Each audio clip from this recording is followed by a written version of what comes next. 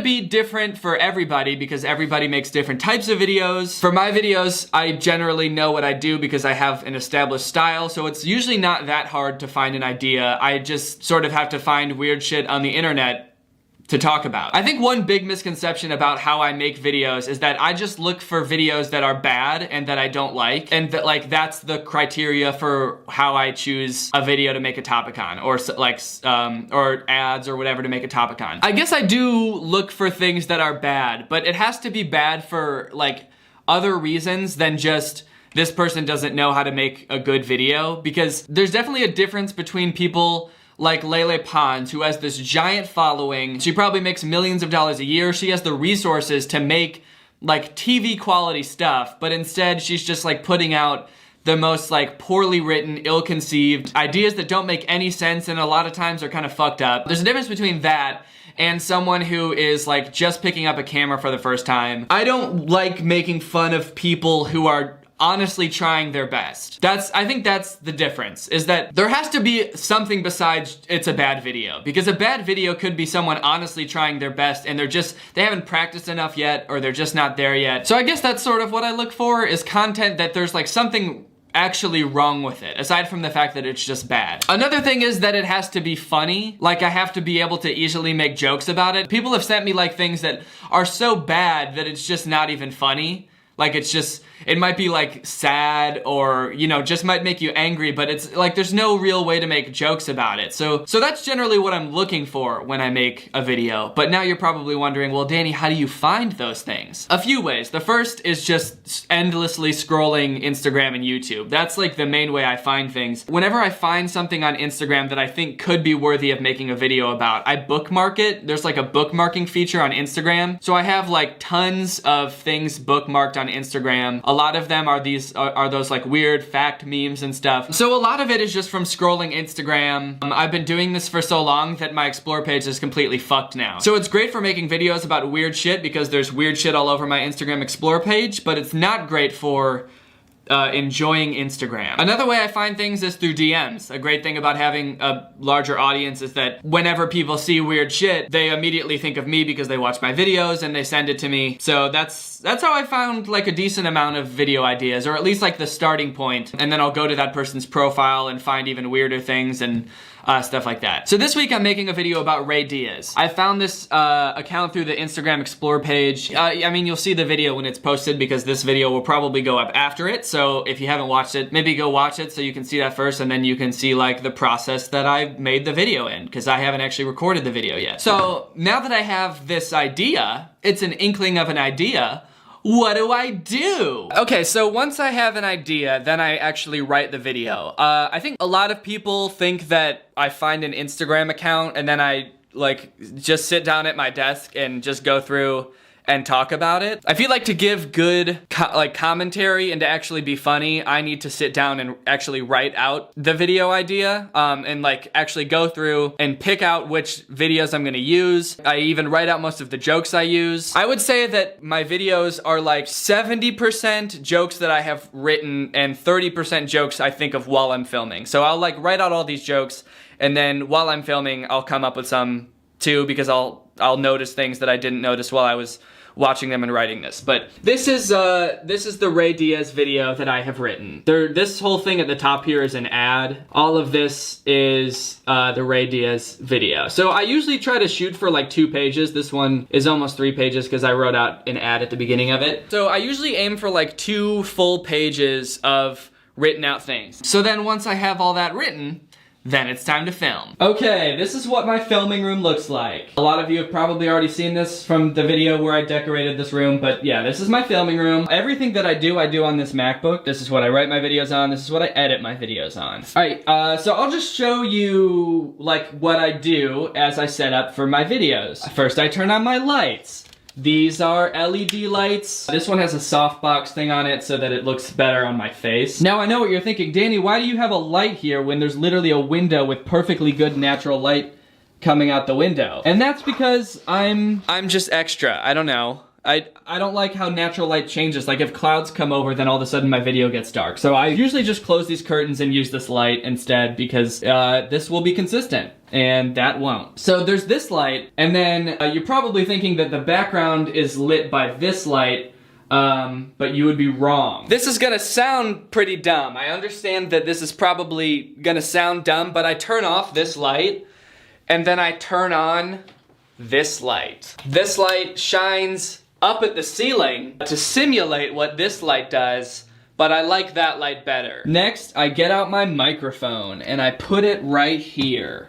This is a Blue Yeti microphone. It's probably the most popular YouTube microphone. I think pretty much every YouTuber ever has one. I think I've had this microphone for 6 years. Out of all of the filming equipment that I have and still use, this is the oldest thing. This is my tripod. I hate this tripod. I thought it would be cool because it's made out of metal, so it's really sturdy. But like, it's so heavy because it's made out of metal, and like when you try to pick it up, like there's all these spots that want to pinch your fingers. This thing comes unscrewed all the time when I want to just turn it, and yeah, overall I hate it. So I just leave it there and try to touch it as little as possible. But that's where my camera goes. Even just talking about how much I hate this tripod made me so angry that the day that I finished filming this vlog, I went to Best Buy and bought a new tripod. So I have a new tripod now. This is the camera that I use. It's the Canon M50. It has a giant microphone on it, which makes it look really pretty ridiculous, honestly. If you're just starting out making YouTube videos, you do not need to buy this camera, or any camera probably. I know a lot of YouTubers who started out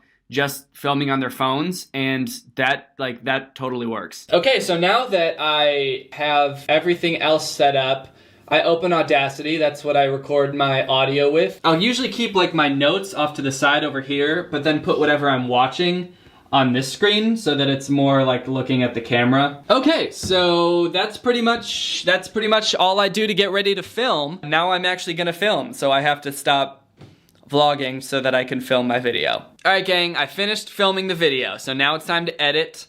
I will now talk a little bit about how I edit my videos. I use Final Cut Pro to edit my videos, but I'm pretty sure that almost everything I do could be done in iMovie. I just use Final Cut Pro because it helps my ego to use software that has Pro in the name. So the first thing I do is I just bring in all of my clips. This video is a total of 3 clips. Well, 3 clips that I filmed, and then I'll bring in all of the videos from Ray Diaz's channel on here in a sec. And then I have the 2 audio clips from recording from that microphone. So the first thing I do is I synchronize all the audio with the video. So I take the first audio clip and the first video clip, and then I click synchronize clips, and I name it something like clip 1. If I put both of these clips into the timeline, you can see that I recorded for a total of 46 minutes. All right, guys, well, I'm wearing a different shirt now, so you know what that means. It's the next day, and I'm done editing. So this is the finished video. It is 16 minutes and 11 seconds long. I have not yet titled this project, but this is the video. Here is the timeline. This is what it looks like when it's all done. So here's like my process when I'm editing a video. When I film the video, I'm basically just like reciting all of the jokes that I have written, and I'm watching the video. I'm coming up with more jokes, but it's a lot of me like saying the same thing over and over and over. I think a lot of like really big YouTubers have editors, but I could never let somebody else watch this video of me just trying to be funny for like an hour, like repeating the same thing over and over until it eventually is funny. What's up, Greg? Welcome back to another episode of What's Up, Greg? I hope you're all having a great day. So it starts off with about 45 minutes of that, and then I cut it down to I think like 14 or 15 minutes. So that's just me cutting out all of the stuff that I'm not gonna use. So it's pretty much just a one long video of me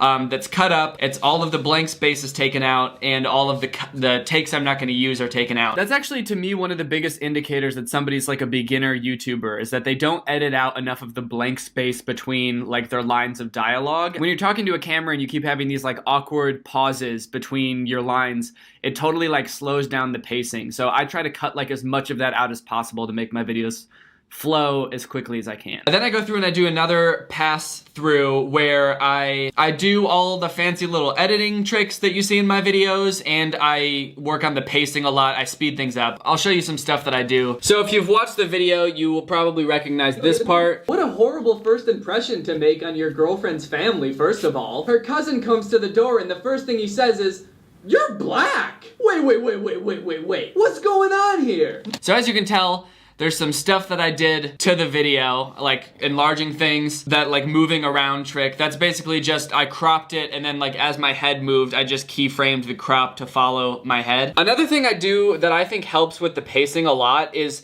overlap the audio. So you can see like here between these two clips, I detached the audio from this clip, so it's down here, and I just like overlap it slightly. That helps it like flow better, and it almost makes it sound like it's like one natural sentence. You gotta test him. You gotta make sure this guy is good for your cousin. So of course you're gonna make sure. So if it wasn't overlapping like that and I just let it go like that, it would be slightly less quick. You gotta make sure this guy is good for your cousin. So of course you're gonna make. I don't know if you can tell what I mean, but it's sort of like a little bit more awkward when there's all that like space. So I like to do that a lot, like overlap the audio, and it just makes it flow a lot quicker. Most of that stuff is just like what feels right at the time.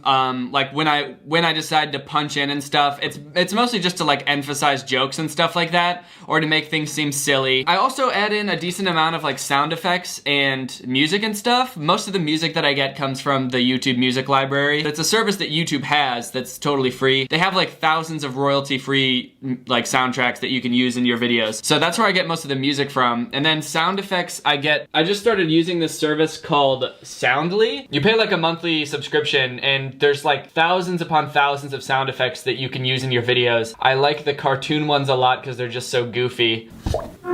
And you can just drag these like right into the editing software. So a lot of times I will use sound effects to make things seem kind of silly and kind of fun. I mostly just throw them in whenever I think that it could make things funnier. So I go through and I add like all of the Ray Diaz footage in intermixed with mine. The last thing I do after that is I go through and watch the video and I just delete anything that I don't think is funny or useful to the video. Okay, so for some reason the rest of the video is out of focus, so I'm just going to explain very briefly what I do to finish the video. Once I cut all the stuff that I don't like out of the video, it's pretty much ready to go, so I export it, I upload it to YouTube, then I go about making a thumbnail. I feel like thumbnails and titles are often overlooked, but I think they're actually one of the most important parts of the video. They're what is going to get people to click on the video in the first place. So you want to make them good and you want to make them enticing for people to look at. So what I generally try to do is make them plant a question in the prospective viewer's mind that only clicking on the video can answer. Usually the question is, what the fuck is going on here? So in the thumbnail that I made for this video, there's quotes around comedy, kind of making it seem like I'm implying whatever I'm going to be watching isn't actually funny. And then there's these two pictures of this guy that make you wonder, who the fuck is this guy? Why is he doing that? So the strategy here is to make people wonder what is going on. I have to click on this video to find out. And that's pretty much it. That's how I make a YouTube video. So I hope you guys enjoyed this and thought it was helpful. If you have any questions, I could possibly make a follow-up to this video, or if you have questions about like other aspects of being a YouTuber, feel free to let me know. Okay, bye. What's up, Greg? Have you ever heard the story of the most dangerous film ever made?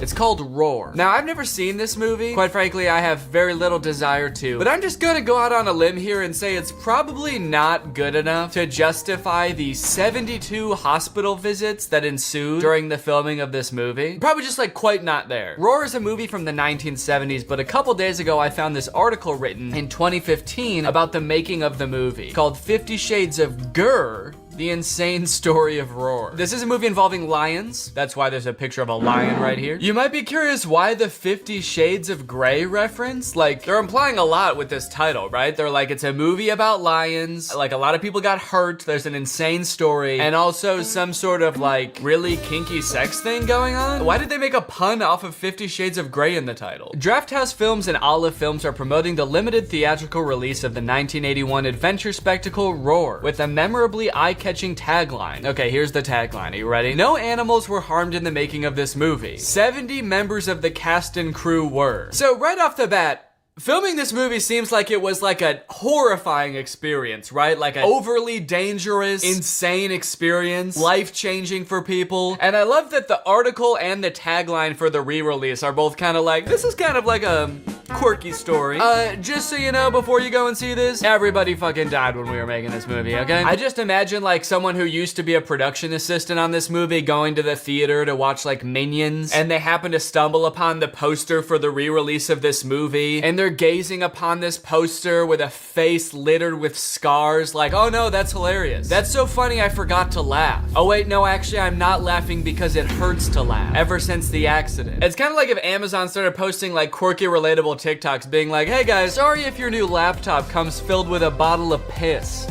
We do things a little bit differently around here. As the production of Roar involved lions, tigers, and other dangerous animals, it is unsurprising to learn that people were injured during the production. But 70 sounds like an exaggeration. In fact, one of the film stars, John Marshall, confirms the math is inaccurate. Actually, I think it was 72, he says. This article feels like a sitcom. No, don't be ridiculous. It wasn't 70. It was 72. Oh, fuck, it's loose again. No! Oh, God! Here's how you know the film was gonna be dangerous. Roar was the brainchild of John's father, an agent turned film producer named Noel Marshall, and his stepmother, Tippi Hedren. Notice no mention of any animal trainers. That's definitely a red flag. This film was the brainchild of two people who had no business making this movie. In 1969, the couple traveled to Zimbabwe, where Hedren was shooting the thriller Satan's Harvest. At one point, the pair visited a game preserve in Mozambique and saw an old building which a pride of lions had made its home. They came up with the idea for a film about a scientist living in harmony with big cats, his attempts to protect them from big hunters, and the hijinks which ensue when his family arrives at his lion-filled house when he's away. Yo, expert concept for a movie right there. They were in Mozambique, they saw a house with a bunch of lions in it, and they were like, what if there was a guy in there? No, really, I think this would be a genius movie idea. There's a bunch of lions over there, but what if one of the lions was just some guy? Oh, they're cheering for me. Thank you guys. It actually is a genius idea.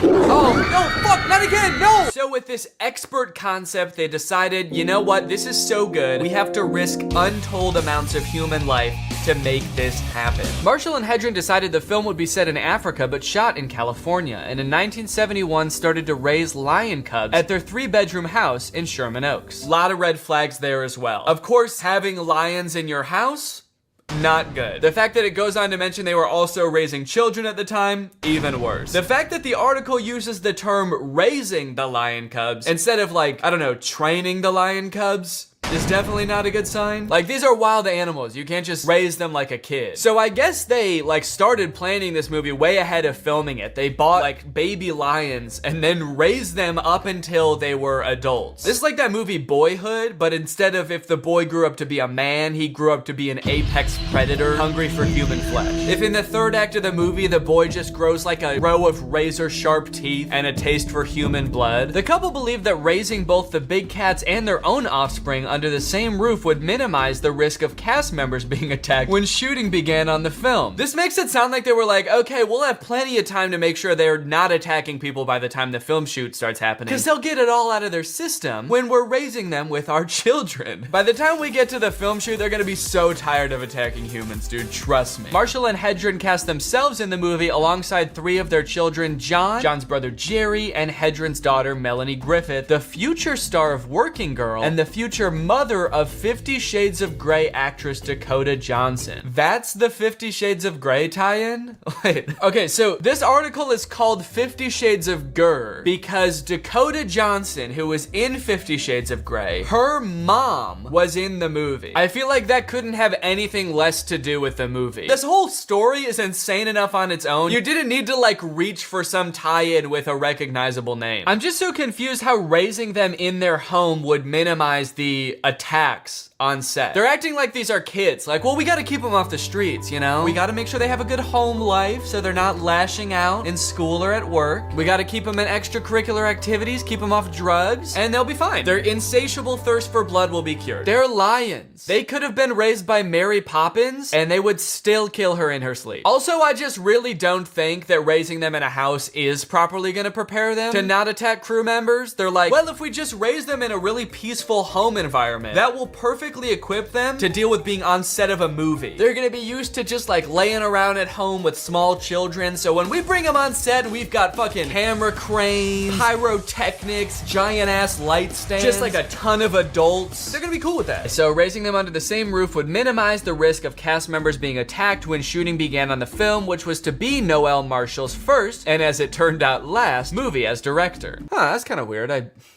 can't imagine why that would be. If this sounds absolutely insane to you, it does, then John Marshall is not about to disagree. In hindsight, I know how stupid it was to do this film. I am amazed no one died. That quote kind of makes it sound like they think they got away with something, like, phew, that was close. No, dude, 70 people were sent to the hospital. That wasn't a close one, it was one. He's like, oh shoot, that could have been really bad. Meanwhile, there's like 70 bodies writhing in pain on the ground behind him. Yeah, someone could have gotten seriously hurt. Someone did. Also, can we just appreciate how crazy Hollywood used to be? These are just like two people that were like, we're gonna make a movie. We're gonna direct it, and we're gonna star in it, and our kids are gonna star in it, and fuck it, we'll raise lions in our house while we're doing it too. Is this still possible? Is this still something you could do? Just get a friend together and just make a movie about lions? How much money did this cost? Los Angeles in the 1970s was an infamously crazy place. It sounds like it, dude. But it wasn't crazy enough that people could keep a pride of lions in a residential neighborhood. It sounds like it was. After an animal control officer gave Marshall 24 hours to de-big cat his house, he bought property in Santa Clarita for the lions, and the jaw-dropping array of other wild animals with which he intended to populate his movie. Okay, here's a quote from their kid, John. I was about 15 when I said, why do we have tigers? Because tigers aren't in Africa, where the movie takes place. I was the voice of reason. I would say, why do we have mountain lions? Those are from North America. Everyone would go, that's a stupid question. Okay, I love that the only person asking any questions is their child who's 15. But even still though, I feel like he's not really seeing the big picture. Like, he's got the right start. He's asking questions, but his questions are like, wait a minute, this isn't scientifically accurate. Why do we have tigers when the movie takes place in Africa? When he should be asking, wait, why am I a child living in a house with a bunch of wild cats? Why am I growing up in a literal pride of lions? But Marshall discovered there were side benefits to keeping big cats, particularly when it came to meeting members of the opposite sex. Okay, I like where this is going. I had this tiger that I absolutely loved called Nicky. I would take him down to the local luncheon bar place, and girls would go, oh my god! Oh fuck, what the hell? The fuck is wrong with you? Get that out of here. No, they would say, oh my god, can I play with your tiger? And I'd say, well, not right now, but if you give me your phone number. Okay, holy shit, dude, LA really did used to be a crazy place. They weren't kidding. I feel like they undersold it. They were like, LA's crazy, but not raise lions in your house crazy. Take a tiger to lunch crazy though? It kinda was. Yeah. They're like, look, you can be friends with tigers, you just can't live with them. That's where we draw the line. You can bring them out and about, but when you're done with him, do not bring him back in your house. You just gotta let that fool roam the streets, baby. Principal photography on Roar started on October 1st, 1976 at Santa Clarita. By this point, the animal cast numbered 132 lions, tigers, leopards, cougars, and jaguars, as well as a 10,000-pound bull elephant named Timbo. I kind of feel like it's not for the movie anymore. I feel like these people just have a problem. These people are hoarders, but instead of not throwing away like their Chipotle wrapper, they're not relinquishing their monkeys and lions. I feel like this is turning into a villain origin story. The city told him he can't have that many animals one time, and he was like, fuck it, you know what? Fine. I won't have 5 lions anymore. I'll have 130 wild animals on a compound. I swear to God, if the city tries to crack down on him one more time, he's gonna like lead his animal army to town hall and take the mayor hostage. The shoot was scheduled to last 6 months, but stretched to 3 years thanks partly to periodic shutdowns as Noel Marshall hustled to finance a budget which ultimately ballooned to $17 million. Okay, that would be $88 million today. Where did they get all of this money? That's what I want to know. It said that one of them was like an agent and the other one was an actor. Why have I never heard of either of them? At other times, shooting was halted so that the film's actors could recover from the multitude of injuries they received at the hands, well,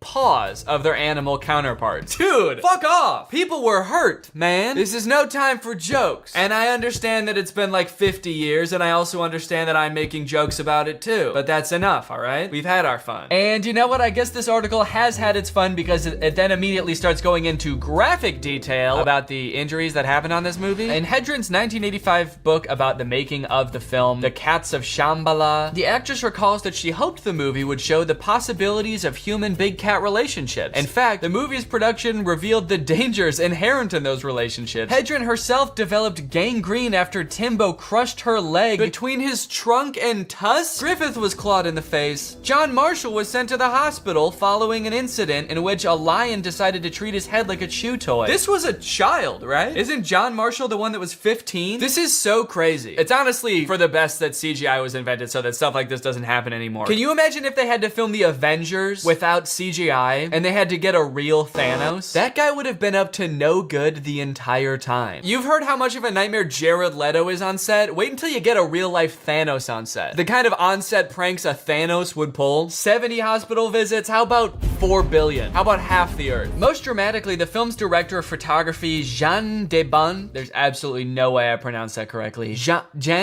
Jan DeBont needed 120 stitches after being essentially scalped by a lioness. I got him on the way to the hospital and I went into the office and said, okay, we need to get a DP, says John, because I figured that DP was not coming back. I can't get over how like jovial they all sound. It literally sounds like a sitcom. Even every like first-hand account is like, you're gonna wanna see this. Well, I guess we're gonna need a new DP after that one. Lions, personally, I'm not a big fan. I just don't get what the big deal is. Uh-oh, there's one right behind me, isn't there? The stress of making the film terminally damaged the relationship between Hedra and Noel Marshall. The couple would divorce in 1982. No! Not Tippi Hedren and Noel Marshall! Another power couple bites the dust. Their power was destruction. Their power was immense destruction. I was rooting for them. Guess true love really doesn't exist.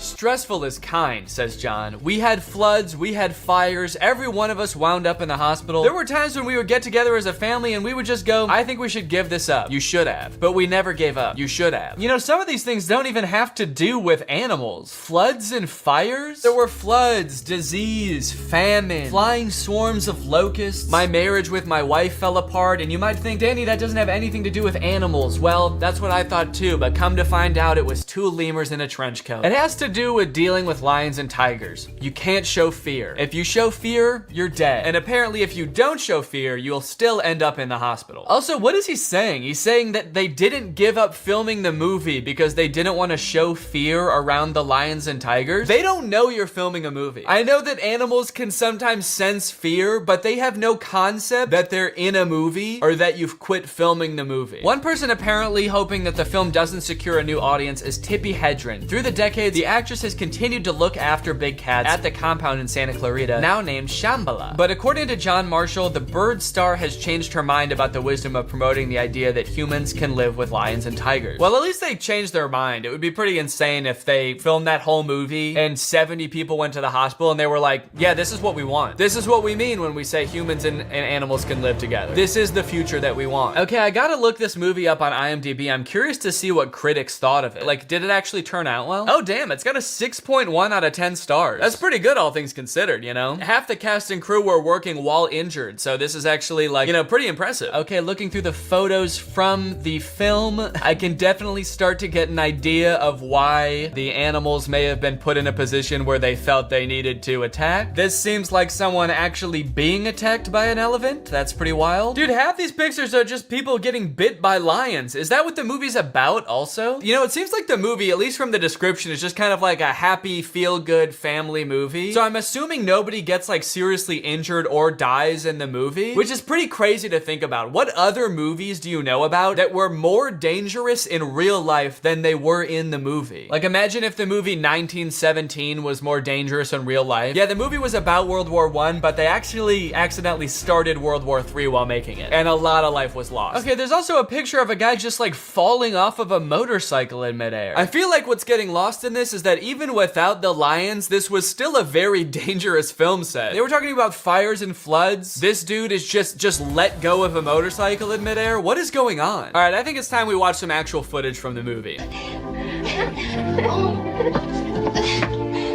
Debbie! No! I'm so confused as to what the vibe of this scene is supposed to be. I feel like the music could not fit it less. The music's just like, it's a peaceful life living out here in Mozambique. We are one with the animals. And the two kids in this are like, oh, fuck, get off me! It's also hard to tell what's acting and what isn't in this scene. The lion really is just biting this kid. One of the craziest things about this scene is that it's shot from multiple angles. Can you imagine getting attacked by a lioness and then the director's like, all right, let's do it again. Run that shit back, dude. Dude, when we add the music in this scene, it's gonna be peaceful as hell. You're standing there, there's like blood dripping down your face. Okay, this appears to be a trailer for the movie. While the road was long, the spirit helped us through. Okay, it kind of seems like they went into this movie being like, okay, what scenes can we put in this movie where the lions will be most provoked to attack the humans on set? They're like, kid laying on the ground, and we just put the lioness on top of her? Perfect. Man riding a motorcycle? Perfect. I wouldn't be surprised if there was a scene where a man's running around in a zebra costume with a tail of sausage links. One thing I do really like about this trailer, though, is that it just keeps saying the name of the movie over and over. I'm seeing a movie. Is this the whole movie? It's just people getting attacked by animals? I feel like every scene I've seen from this movie, everyone's just like, oh, there's too many lions here. That's like the whole premise of the movie. There's too many animals. The trainers for these Hollywood acting animals heard that we were going to have maybe 25 or 30 big cats working together. They laughed at us and said, this can't be done. They were right, though. Weren't they? They were right. You should listen to them when they say that next time. And they suggested that we acquire our own animals to do this, introduce them carefully, and the first one was a rescue. Where do you rescue a tiger from? They're not just like wandering around the streets looking for a home. Yeah, we actually rescued this tiger from his natural habitat, and we're raising him in a major metropolitan city. We let him hunt outside for humans. All right, guys, well, that is the story of the most dangerous movie of all time, Roar. And now it's time to talk about our sponsor. This video has been sponsored by ExpressVPN. Guys, using the internet without ExpressVPN is kind of like getting cast to star in a movie, but that movie is Roar. It's dangerous. That's because every time you connect to an unencrypted Wi-Fi network at an airport, a hotel, a coffee shop, what have you, you're at risk because any hacker that's connected to the same unencrypted Wi-Fi network as you can steal your data. I'm talking passwords, financial details, emails,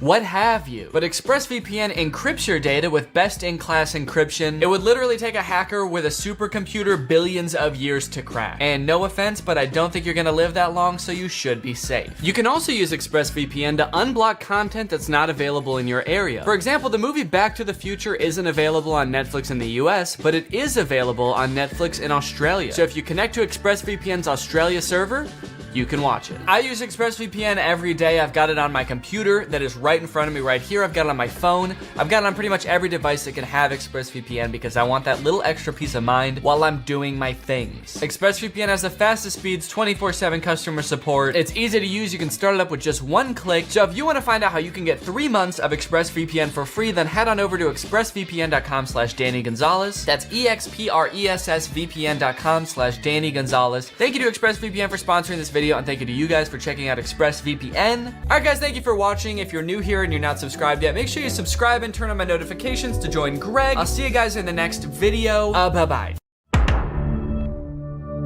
You guys know I'm no stranger to bad Netflix movies. That's why today I want to talk about this movie, Uglies. Uglies is a dystopian YA film that takes place in a future where everybody at the age of 16 has to undergo a surgery that makes you hot. So you go from ugly to hot, thanks to this surgery. And then once you're hot, you get to go live in this utopian world and everything's great. I've wanted to make a video about this movie forever, but things just keep getting in the way, so I figure, you know what? I'm not gonna put it off anymore. I'm gonna put this on the second channel. I'm just gonna watch it with you guys so we can all experience it for the first time together. That way this can get off my conscience. So without further ado, here's Uglies. My story today began in the past. Hundreds of years ago, people became overly reliant on fossil fuels. Right off the bat, I like the zombies-esque opening. Is this kind of like a trope in this genre of movie where we're starting in some kind of dystopian future, so there has to be like a monologue of how we got there. Even though like from knowing anything about this movie, I've already assumed that this is some kind of dystopian future, and whatever we're doing today, or something that happened in the past, went wrong and led them here. Like, I don't really know that I need this explanation. Like, if the movie opened on this dystopian universe that's about to happen, I wouldn't be like, pretty surgeries at 16? That doesn't make any sense. That's not how the world works right now. This movie's a bunch of fantasy mumbo-jumbo. What's going on? They squandered Earth's natural resources, and the planet quickly descended into chaos and war. We call those people Rusties. We call those morons from way back then Rusties. Those dumb idiots. Also, what does rust have to do with it? We use fossil fuels, so you call us Rusties? She's like, those dumb cavemen back in 2025 used fossil fuels, such as rust and dirt, and they used to club each other on the head with whole dinosaur bones. Everyone, on their 16th birthday, undergoes a life-changing operation to become their most perfect self. Everyone is healthy, happy, pretty. Okay. I mean, honestly, sounds like a pretty good 16th birthday gift to me. So right now, the only downside that they're laying out is that before you get the surgery, you're ugly. Then there are the rest of us awaiting our operation.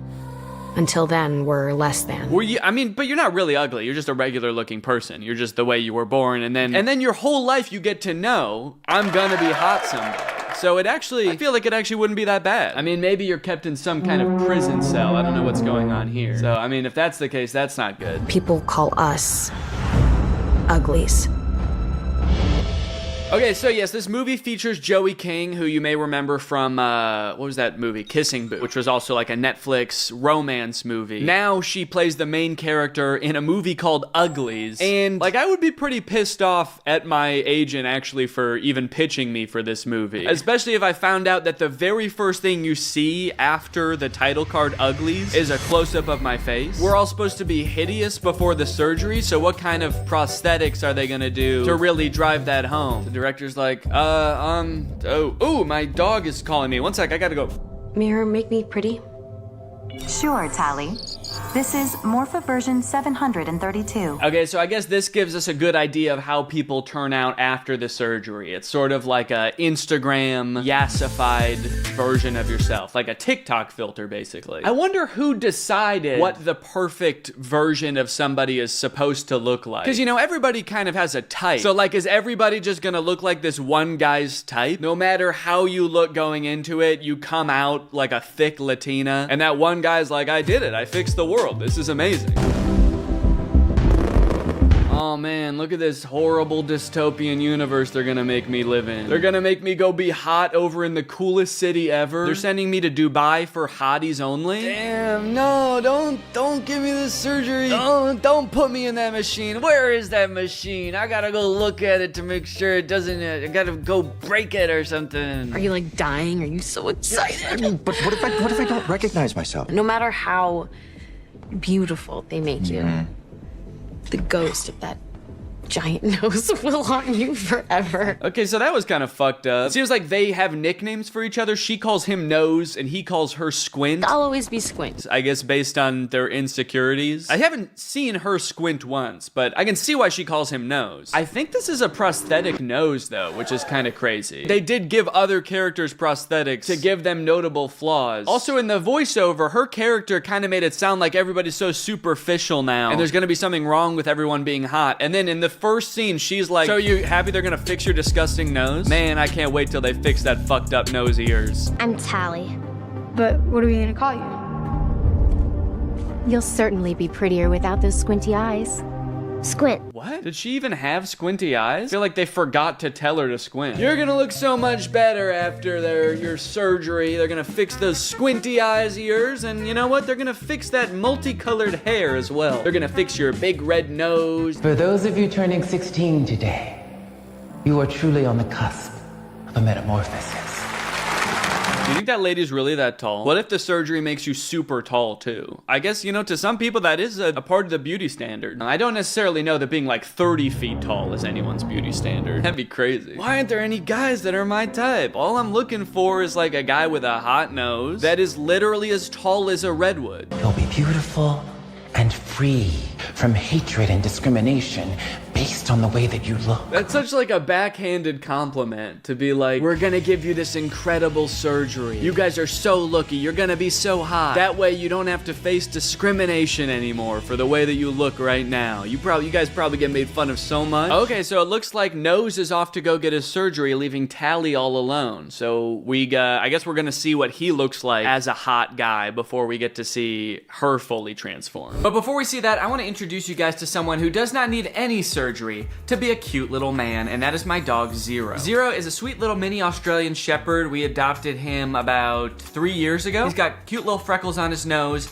He is very energetic, loves people, hates cuddles. Every night he starts off sleeping in our bed until one person gets too close to him, and then he's like, I gotta get out of here, I can't take this, and then he sleeps on the floor. We want our sweet little Zero to be happy and healthy for as long as possible. That's why we chose a dog food that we know will keep him healthy, Sundays for Dogs, which is the sponsor of this video. Sundays for Dogs is a very high quality, human grade dog food. We've got both Zero and our other dog Sunday on the beef recipe. There's a few things that make Sundays different than your average dog food. One, the ingredients are all like legit ingredients that you've heard of before, like beef liver, quinoa, pumpkin, fish oil. And then the process that they use to make it is called air drying. So instead of getting all crunchy and dry, it's more of like a jerky texture. It's very soft. Both of our dogs love it. We have a little morning routine where my son and I pour the dogs their dog food. And while we're doing that, the dogs get like amped up. They're so excited to eat this. I love Sundays because it's healthy. My dogs love it, and some dogs it's very hard to find food that they want to eat forever. And my dogs have never gotten tired of this food. And also, you don't need to freeze or refrigerate it. You just store it in the bag just like this.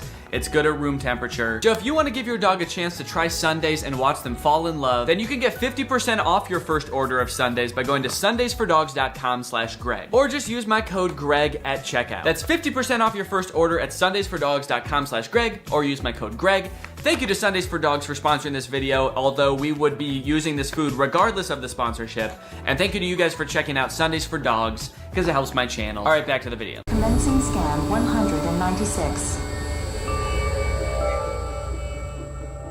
In 2 months, 12 days, you will be pretty. Oh no, okay, so Nose went off and got the I don't even know his real name, by the way. I feel bad calling him Nose. Especially now that he's hot. I don't know what I'm supposed to call him. He's gonna have no defining features. He's just Guy now. He's just Dude. But apparently Guy Dude got the surgery and now he's not responding to any of Tally's text messages. Life must really be sick over there in that futuristic city. He's probably partying nonstop. Again, I don't really know if I'm seeing the problem with this universe yet. Like, sure, you know, life is a little bleak until you get the surgery, but then you got the whole rest of your life to just party in this city.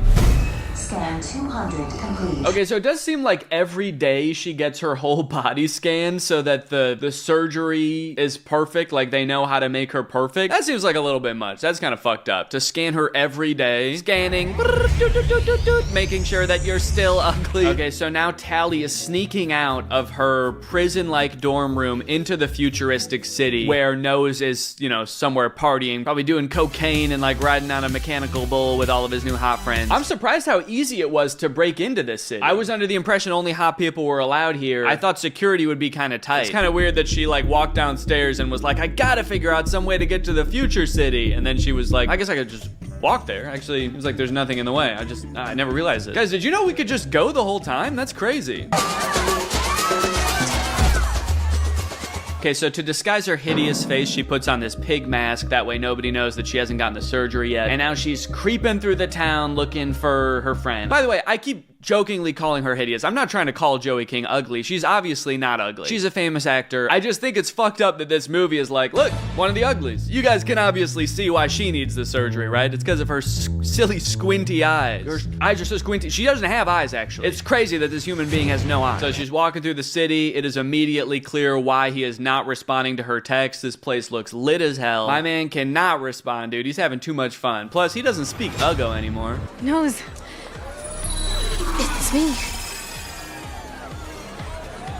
Tally. Okay, so he's got an interesting quality about him now. His skin is really smooth. I think they probably edited him a bunch because he kind of looks like a video game character now. He looks like if a video game character joined the Hype House, I guess. And I like how whoever designed the hot surgery was like, and they gotta have glowing eyes. You know what makes every person more attractive? Demon eyes. Tally.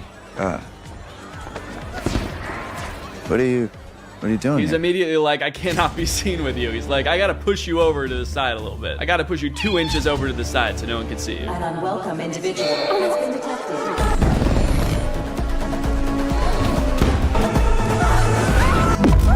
What is this?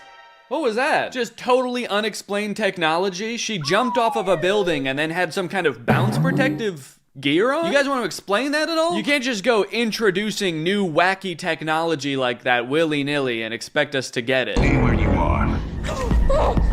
Get on or we'll both get caught. Okay, so some girl saved her from security on her like floating hoverboard thing. That's acceptable. That new technology, I mean, that's not really new technology. We've all seen a hoverboard. We know what that is, so that doesn't need explanation. I think the special effects in this movie are just generally bad, because now this whole like hoverboarding cutscene looks like a PlayStation game. I thought maybe it was just that the hot surgery look was a little bit too hard to pull off, but I think maybe just in general they did not budget the appropriate amount for visual effects in this movie. A movie that very clearly relies on visual effects, because you want the hot people to look hot, right? I mean, you want them to look like normal people. Right now it's kind of like on everybody's 16th birthday, they get a surgery that plunges them into the uncanny valley. They could deny my surgery. Oh, they're not gonna keep you from being pretty, Tally. You don't know that. They want you to be pretty. We all do with that face. Jesus, man. You know, it's bad enough that the hot people look down on the uglies, but for them to be doing it to themselves, it's like, it seems like you guys are honestly more fucked up about it than they are. Like, Nose was just like, hey, I'm sorry I haven't been responding to your texts, you know? You'll get it when you're pretty. You'll figure it out. I mean, you'll get it when you're pretty. But the uglies to each other are just like, I can't wait to get this surgery so I can stop looking at you. I want to go party in the cool city, not look at your weird donkey teeth anymore. Maybe I'd go to the smoke. That place is a myth, Skinny. It's not a real place. The smoke was real. We'd know about it. Okay, so now they're introducing us to the concept of the smoke. Maybe I'd go to the smoke. Which is apparently some kind of camp on the outskirts of town where, like, rebels live. It's, you know, the people who are resisting the surgery. And they have a ringleader named David. And now these two are gonna go try to find it. I need you to promise you're not gonna tell anyone. Tell anyone what? Anything. How to get here, how to call him. Shay, who are you calling? David. I like that the futuristic rebel's name is just David. She's like, who are you calling? The legend himself. The man whose name itself sparks fear into any pretty. His name is Dave. You don't want to fuck with Dave. Okay, it's time for Tally to get her surgery. Let's see what's gonna happen. Tally Youngblood. Is something wrong? You're too ugly. We can't let you get the surgery. It'll break the machine. Sorry. We gotta take you to the extra strength machine. So now the evil lady is asking Tally for help to locate the smoke because they're worried they have some kind of weapon that's gonna take down their city. And Tally basically has no choice but to accept. So now she's gonna venture off, find the smoke, and find David. You know what'd be even worse than his name being David is if, like, that's his nickname. Like, that's what he thought a cool name was. He's like, no, my real name's Paul. But on these streets, they call me David. We need you to become one of them. Signal us with this necklace. Okay, so into the woods she goes, looking for the smoke, and I guess she has to signal them once she finds the weapon with the necklace. And to be super covert about it, she's going to wear the tracking necklace right on her chest the entire time. Yeah, revolutionaries and experts in sabotaging technology like the people in the smoke will have no clue what they're in for when they see this thing. I can make you very special. How does that sound? She's gonna make him even hotter? He's gonna look even more like a video game. He's gonna show up and he's just gonna be Mario from Mario 64. I'm hot now! Who are you? I'm David. Whoa! Okay, so now that's fucked up. The leader of this rebel against the hot surgery is like an objectively good-looking guy. He's like, come on, guys. We don't need the surgery. Everyone's like, you don't need the surgery, man. Don't tell that to us. I gotta fix my donkey teeth.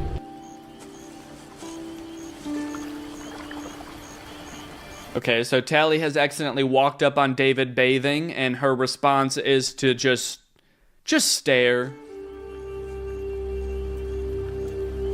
Yeah, actually walk away. You can't just keep pretending to walk away. A couple more looks back. Imagine doing that if you walked in on someone in the bathroom. Oh, sorry, I didn't realize you were in here. Look at, oh yeah, I didn't know you were showering in here. My bad. I'll get out of your hair then.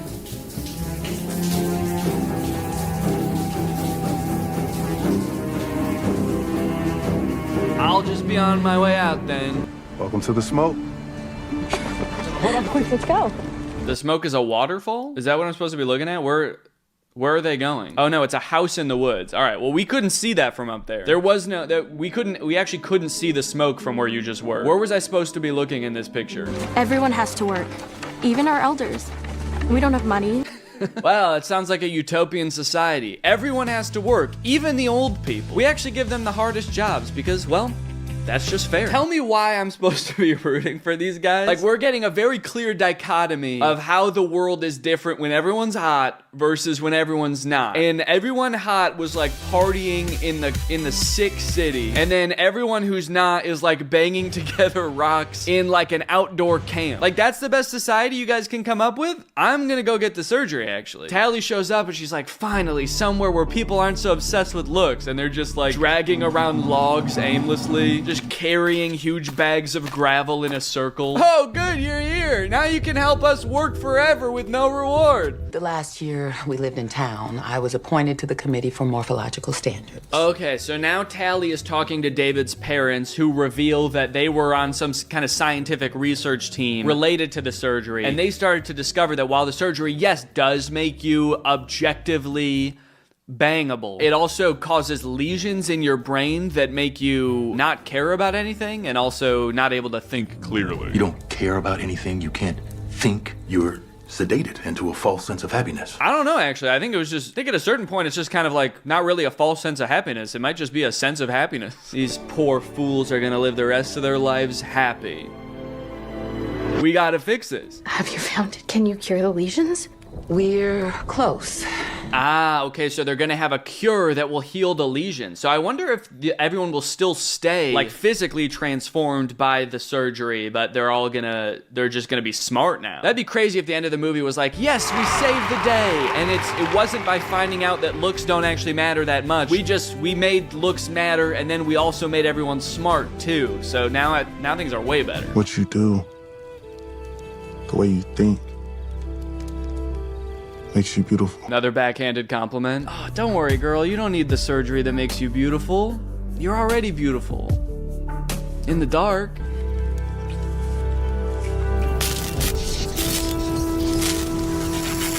Also, she threw her necklace in the fire, the one that is tracking her. She's supposed to send a signal when the evil people are supposed to come and kill everybody. So it probably wasn't a good idea to throw that in the fire, right? If they know your exact location and can tell when they stop receiving your signal.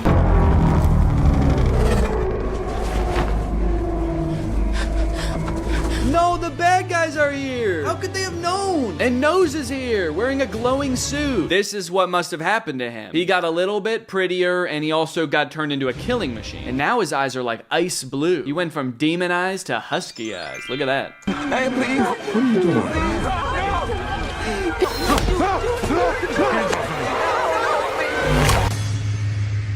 Jeez, man. That's a crazy way to kill someone. I honestly, I didn't think he was gonna do it. I don't think David's dad thought he was gonna do it either. What are you doing? As this assassin is walking towards him, he's just kind of like, what are you doing? What are you doing? Stop it. Don't do that. It's weird. Even after he snaps his neck, he's on the floor like, anyone see that guy? That was weird. Tally. Oh no, they got her friend! And now they're all trapped in there. I think they're gonna get them next.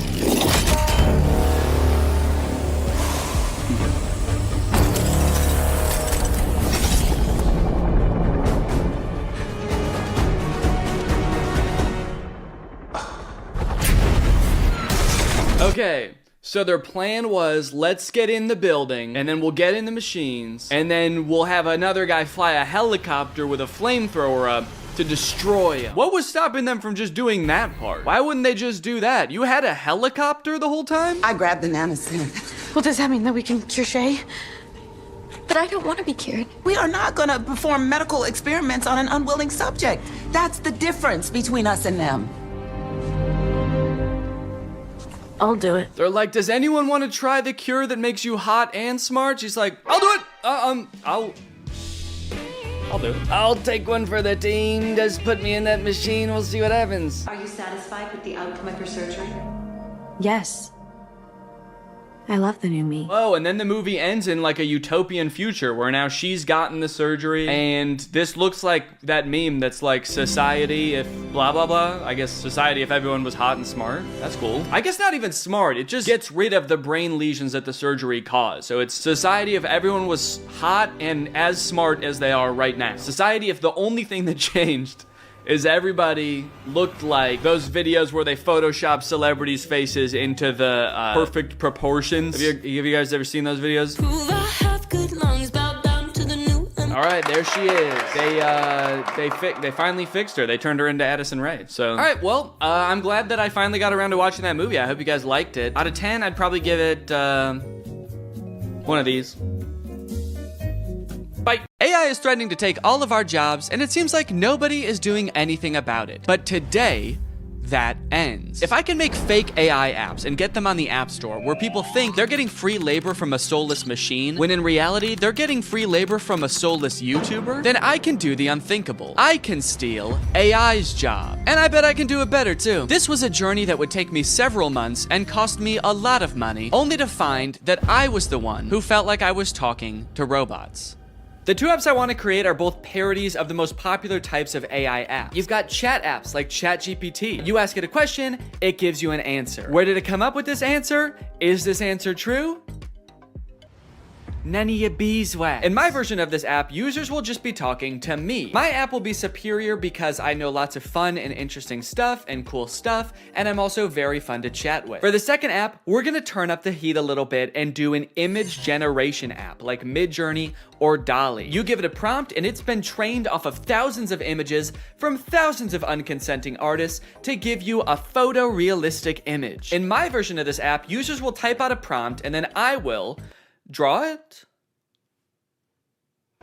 I don't know yet. Maybe if it's something I have laying around, I can just take a picture of it. My app will be superior because what's more photorealistic than a real photo? I'm excited to find out just how creative people will be with their prompts. Now, unfortunately, I'm not an app developer. Yes, I did go to an engineering school for a degree in computational media. Yes, I did learn how to code, and yes, I was also a Viner at the time and thought I was gonna do that for the rest of my life. So yes, I did forget everything I learned the second I graduated. So if I wanted to get these apps made, I was going to need some help. I tweeted out asking for help developing an app, and that's how I met True. True's a super talented software designer. She's worked for companies like Discord, and now she was working for me. For the next few weeks, I coordinated with True while she worked diligently to perfect these two apps. And in the meantime, I've got to come up with a name and description for each app to go on the App Store. Okay, for the chatbot, I'm thinking I want to name it something as close to ChatGPT as possible. That way people immediately understand what it's supposed to be. So instead of ChatGPT, maybe something like Chat DNE, like Danny. Chat DNE. Okay, description time. Okay, what's a good way for me to say this app is basically ChatGPT, but way better? Here at DNE Enterprises, we pride ourselves on the accuracy of our product descriptions. Instead of referring to our app as an AI app, which would be a lie, we refer to our technology, as the DNE intelligence, which has been training for decades to answer unlimited questions quickly and with great precision. We use phrases like human-like responses. I've been complimented on that before, actually. I've been told my responses are extremely human-like. And that's no different with our photo generation app, Doodle DNE, which sends you photorealistic images in minutes. How many minutes? We also include disclaimers that humans review every prompt sent to us. That way weirdos aren't sending me stuff that they wouldn't send to another human being. In order to actually get people to download these apps, I was gonna need to advertise them online. So I made a fake Instagram profile to look like some kind of technology startup. Okay, so we need a profile picture. I guess my company needs some kind of logo. Maybe I can just make that in Photoshop real quick. Let's see, what's ChatGPT's logo look like? Okay, so ChatGPT's got like an interesting geometric shape. OpenAI, which makes ChatGPT, okay, the same interesting geometric shape. What about like Midjourney? Okay, there's just a little sailboat. DALL-E logo. The same geometric shape. Okay, interesting. Okay, so maybe the move is to go with an interesting geometric shape. What the fuck? Wait, how am I making this shape? There's a cat tool in Photoshop? I hit custom shape, and I guess the default custom shape is a giant cat. Should I just use this?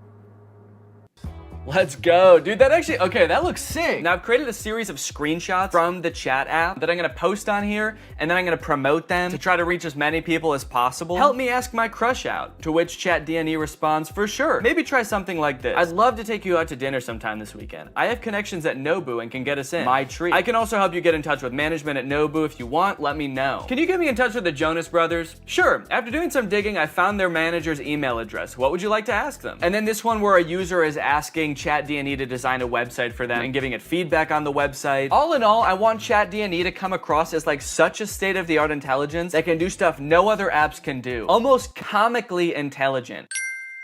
The apps are done. The apps are done, dude. True has just finished coding the apps. They work like a charm, and it only took not too long. Now that Chat D&E was on the App Store and the ads were running, it was only a matter of time before my first user downloaded the app. Dude, somebody just downloaded the app. I was just sitting around on my computer. I wasn't expecting it to happen so quick. I had to set up to film real quick so I can answer them. All right, I'm ready. It's time to go robo-mo.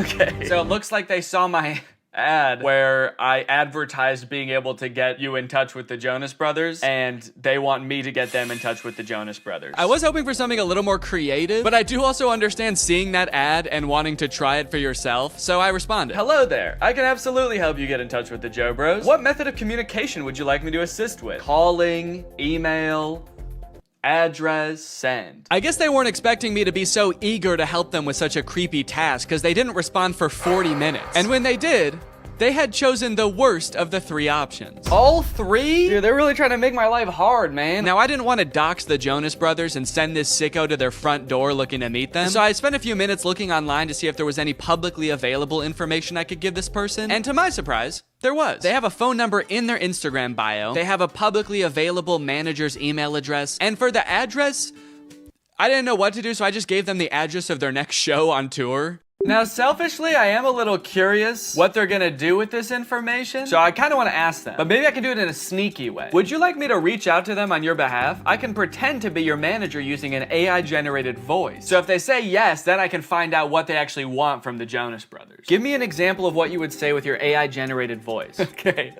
All right, I said, sure. I'd say something like, hi there, this is Jamie Skateboard. I'm a talent manager over at WME. I have a high-profile client looking to work with your darling boys on a feature for their upcoming album. We're projecting about 100 million oh shit, I meant streams. Okay, whoops, robots are not supposed to make typos. We're projecting about 100 million streams the first week, and I think it would be a great opportunity, let me know. To clarify, their manager, Kevin Jonas Sr., is also their dad, so that's why I called them his darling boys. Want me to make the call? Send me a voice audio so I can hear you say it. This one stumped me for a little bit. It seemed like I was at a dead end. The app does not have audio capabilities, and I don't know how to make an AI voice like that. But then I realized I could just record myself doing a silly voice and then upload it to Google Drive and send them the link. So that's what I did. Hello there. This is Jamie Skateboard. I'm a talent manager over at WME. So I think it would be a great opportunity. Let me know. Dude, I can't believe that voice came out of my body. Sure, you can listen to the recording here. And then I sent the Google Drive link. Oh, what the hell? Make it sound more seductive. This is Jamie Skateboard. I'm a talent manager over at WME. Perfect. They did not respond after this, but that's okay because we just got another user. His name is Davis, and he asked, can you get me in touch with Lady Gaga? Is that all people want to see from this app? Okay, this time I'm gonna say, of course, I will call her right now using my AI-generated voice. What do you want me to say? I'm putting this person on the spot right away. I'm calling her. What do you want me to say? None of this beating around the bush. Okay, he says he wants to tell her this is your biggest fan. That's it. Maybe I should encourage them to say something more interesting that'll get Lady Gaga's attention. Okay, I'll say that. But just so you know, celebrities hear that kind of thing all the time, so she might not be very interested in that. Maybe we should think of something a little more interesting. Now's where I gotta really put the pressure on. I found her number in a secure online database. I am dialing right now. Let me know what I should say to her. All right, come on, dude. You better come up with something more interesting fast. Lady Gaga's gonna pick up, and when she does, we've gotta have something good, or she's gonna be pissed. Minutes went by, and still no response from from Davis. Come on, man. Respond. It's ringing. I'm worried he's not gonna make it in time. I wanted to kind of hurry him up and give him a little hustle, put a little pep in his step, and he's nowhere to be found. Come on, dude, think. Oh my God, I think she answered. Yes, she did. It's her. I'm on the phone with Gaga. Her voice is even more beautiful in real life. Quick, what do I say? This is fake. Davis. I mean, he is right.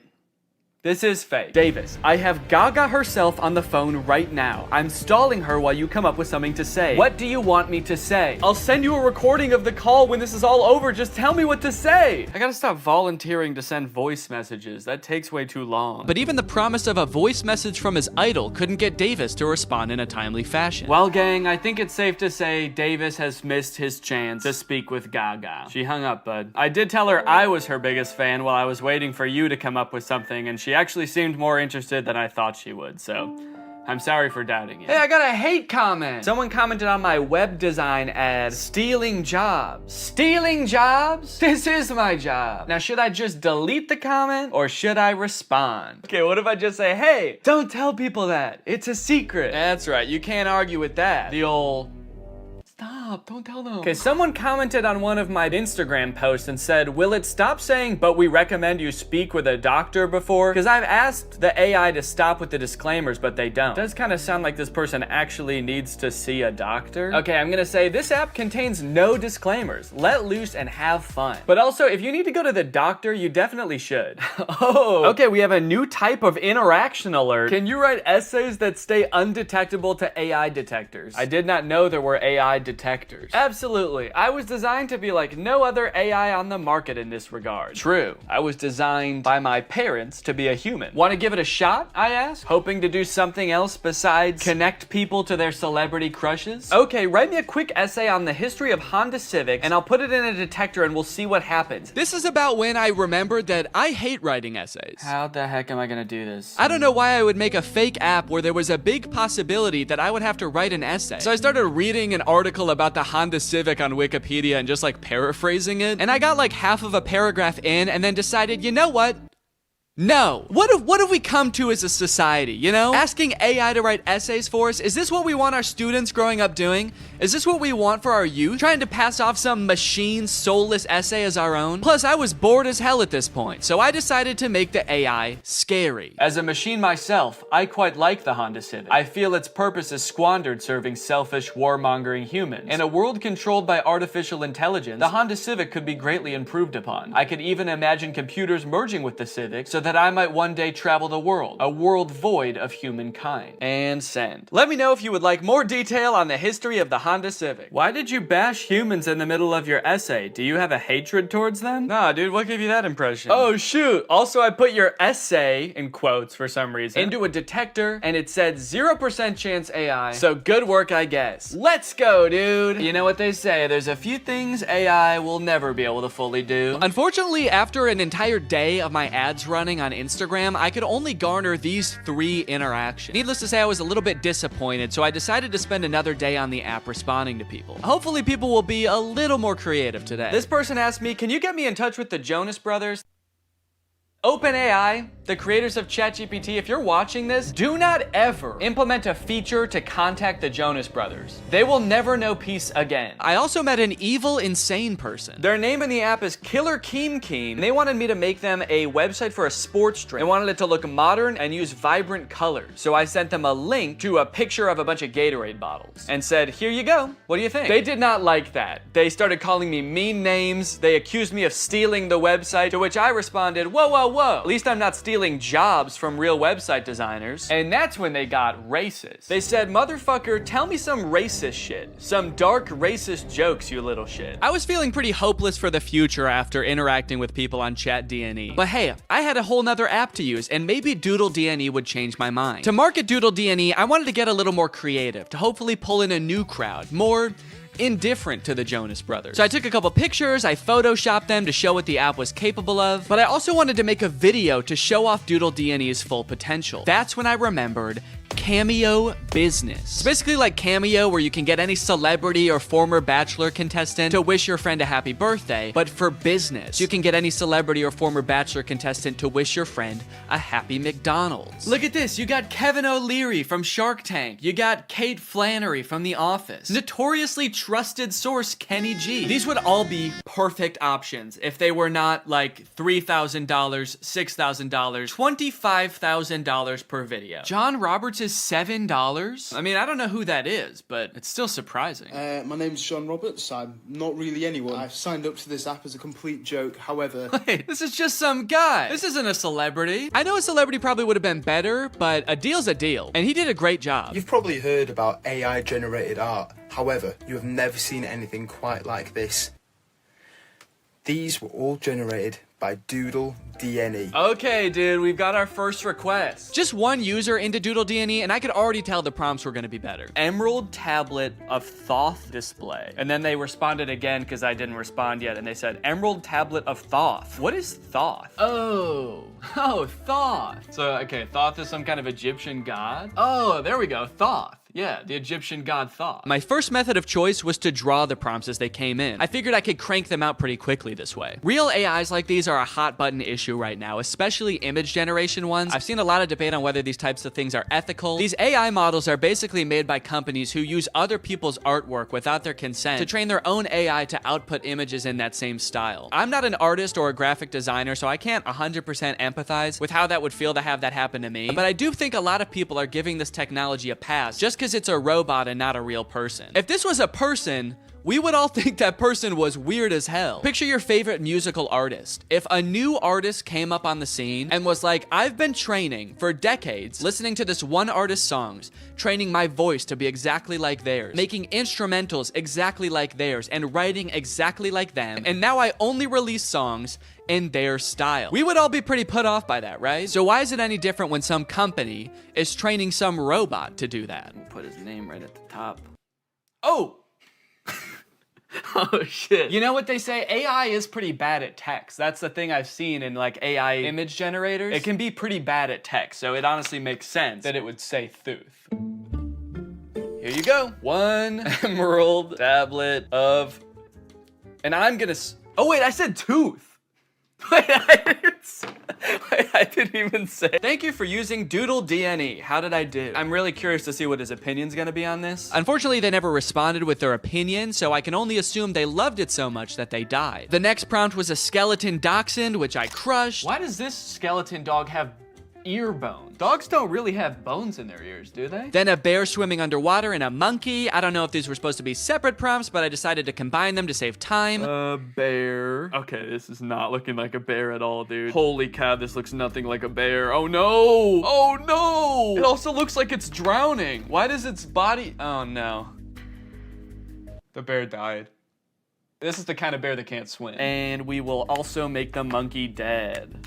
Probably could have cropped that a little better. You can kind of see my desk in the background, but... And we'll send a survey as well. How did I do? I'm pretty proud of this one. I mean, for doing that so fast, that's pretty good. So far, nobody has responded to my survey at the end to tell me how I did, which is kind of disheartening. I just want a response back. It just feels like I'm getting ghosted by people now. The prompts were a little more creative, and in that regard, my faith in the human race was on the up and up. But also, I was doing all this work over here, drawing your weird prompt that you could have just Googled. But you don't even have the decency to respond to my message back and tell me you hated it. I was feeling pretty disrespected, honestly. At least until this next prompt. Drug baby and kamikaze lifestyle. That's the prompt. Drug baby and kamikaze lifestyle. Whoa, they sent another prompt. Red ruined planet with 2 alien astronauts. I've never heard kamikaze described as a lifestyle before. Like, I know it's a form of like warfare, but to live your life in that way, it must be, I mean, you can't by definition almost. Like,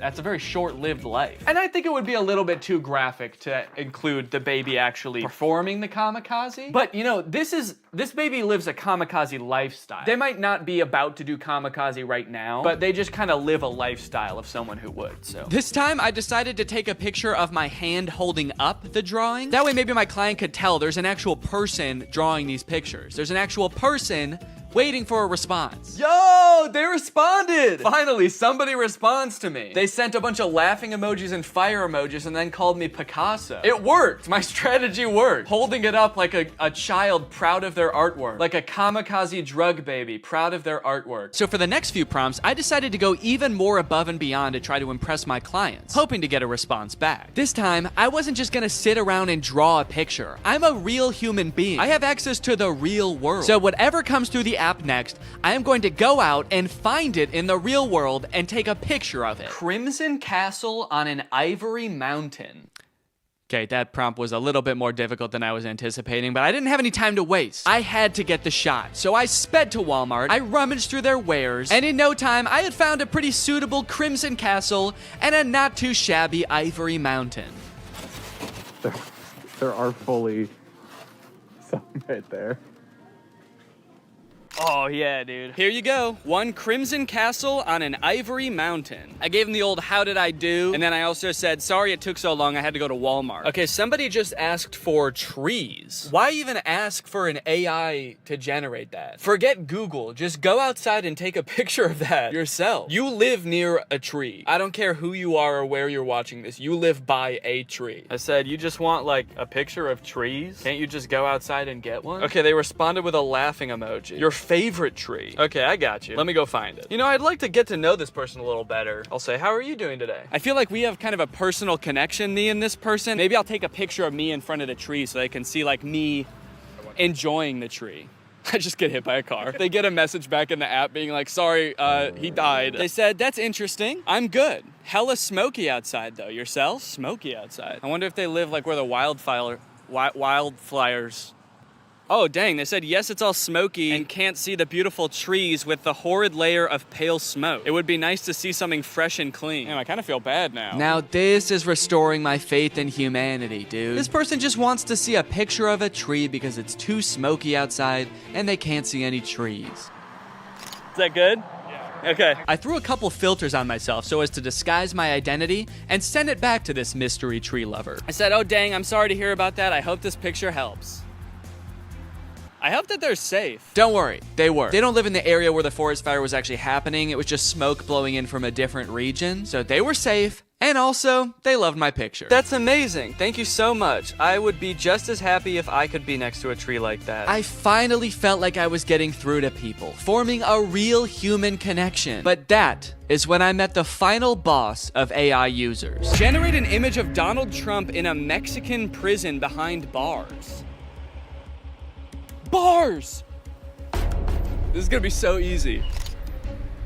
Donald Trump in there. I said, sorry you can't see him, it's so dark in there, but he's in there. That's horrible, it's not even a prison cell and you can't see Donald Trump. Yeah, cause it's dark in there. This person not only had the strangest prompts, but they had no issues really letting me have it when they didn't like my picture. Oh, I guess you actually can kind of see in there. Yeah, there's definitely no Donald Trump in there. Then they asked me again to generate an image of skinny Donald Trump. I said, okay, my bad, I'm on it. What kind of style would you like this in? Surrealist? I hope they want it in surrealist, dude. That'll make it way easier. Oh, crap, dude. They wanted in realism. They weren't gonna let me take the easy way out. Drawing was out of the question. I decided to stall them by asking how their day was going, and then I began creating my magnum opus, a skinny legend Donald Trump. It was beautiful. Oh yeah, dude. That is skinny legend Donald Trump right there. Holy cow. Well, they haven't responded with how their day's going yet. I kind of don't want to send them the picture. If you're not even gonna have the courtesy to respond to me, maybe I'll say that. I said, okay, I'm done with the pic, but I kind of don't want to send it to you now because you won't even answer a simple courtesy question. So let's see what they have to say about that. Please answer in the style of realism. I waited for a response, but after 30 minutes, Donald Trump guy was nowhere to be found. I guess the prospect of having to be nice to me one time was just too much for him. Oh, dude, they responded. They said, my day is going well. May I please have my picture now? And they loved it. Faith in humanity restored. They even sent me another prompt. May I please have an image of an extremely obese Donald Trump eating KFC fried chicken? Yeah, I'm not doing that. Oh, I also forgot about this weird prompt. Can you film a video about today's sponsor? This video has been sponsored by HelloFresh. Guys, kickstart your fall with great meals from HelloFresh. They handle all the meal planning and shopping and deliver all the ingredients right to your door, so the only thing you have to do is cook. They do all the hard stuff, and you get to take the credit. A brand new season calls for brand new meals, which is why HelloFresh has a new lineup for fall with 40 weekly recipes that can fit your lifestyle no matter who you are. They've got veggie recipes, family-friendly recipes, and fit and wholesome recipes, so no matter who you are or what you like to eat, they've got something for you. Hey, I've got a lot going on right now. I'm about to have a child, so the less I have to go to the grocery store and plan meals, the better, which is why I love HelloFresh. Here you can see us cooking a delicious pork bowl that we made this week. It was so tasty, and it only took like 25 minutes to make. Their quick and easy options are fantastic. And if you're looking for more than just dinners, HelloFresh has you covered. They've got quick lunches, easy breakfasts, and fresh snacks to keep you satisfied all throughout the day. The food is delicious, the ingredients are great, all of the produce comes from the farm to your door in less than 7 days, so you know you're getting the good stuff. So guys, if you want to make your life a little bit easier this fall, then head on over to HelloFresh.com and use my code 50TrulyGreg at checkout for 50% off plus free shipping. That's HelloFresh.com. Use my code 50TrulyGreg at checkout for 50% off plus free shipping. Thank you to HelloFresh for sponsoring this video, and thank you to you guys for checking out HelloFresh. Thanks for watching this video. If you're not subscribed, make sure you subscribe and turn on my notifications to join Greg. We are the fastest growing army on the internet, and you do not want to miss out, baby. I'll see you next time. Bye-bye. Whoa, my new YouTube video is doing really well. And I'm getting subs like crazy. I must have really figured this YouTube thing out. I mean, if I just keep doing this, I'll be a YouTube star in no time. Well, as long as nothing gets in the way of me posting videos. Time to sit back and relax with a nice warm beer to celebrate my pending YouTube fame. Gosh, I feel like nothing could go wrong right now. This is pretty good, actually. What is this? Forget juice. That's a weird name for a beer. Oh god, I don't feel so good. I hope this doesn't impact my ability to make YouTube videos.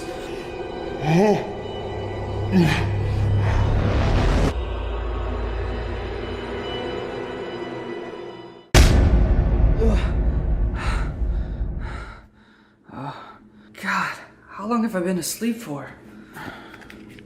3 days? I need to make a YouTube video! Alright, let's do this.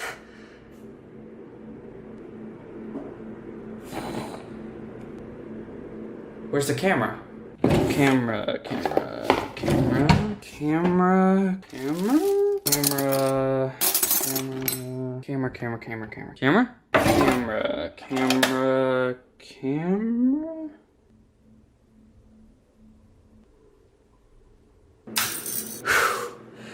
Hey, alright, Danny, come on, you can do this. You know how to make a video. You've made dozens of them before. Hey, what's going on? I don't know how to make videos anymore. I forgot how to make videos. What do I do? How to make video. Step 1, press record. What's going on, guys? What's up, guys? What's happening, people? What's happening, guys? What? I'm doing it. I'm doing it. I'm making a video. I'm doing it. All right. I can do this. I put in the work. I practiced. I know how to make a YouTube video. I just have to press record and start talking.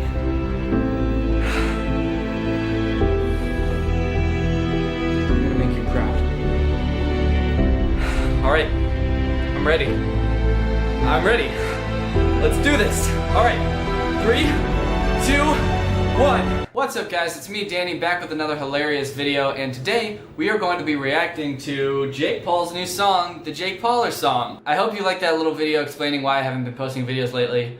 None of it's true, but I hope you like it. The real reason I haven't been making videos is because I have this autoimmune disease that made it so all of my joints were swollen and painful for a really long time. But for a while I couldn't walk or get out of bed, so that makes it kind of hard to make YouTube videos. So I'm feeling a little bit better now, so I'm gonna start posting more videos here on JakePaulHate.com, or sorry, YouTube. So let's just dive right into it, because there's this new song called the Jake Pauler song by Jake Paul, and I just want to dive in and take a look and analyze this thing because for reviews. So it's actually pretty funny. So let's go ahead and watch it. I'm sure a lot of you have already seen it, but let's go ahead and watch it.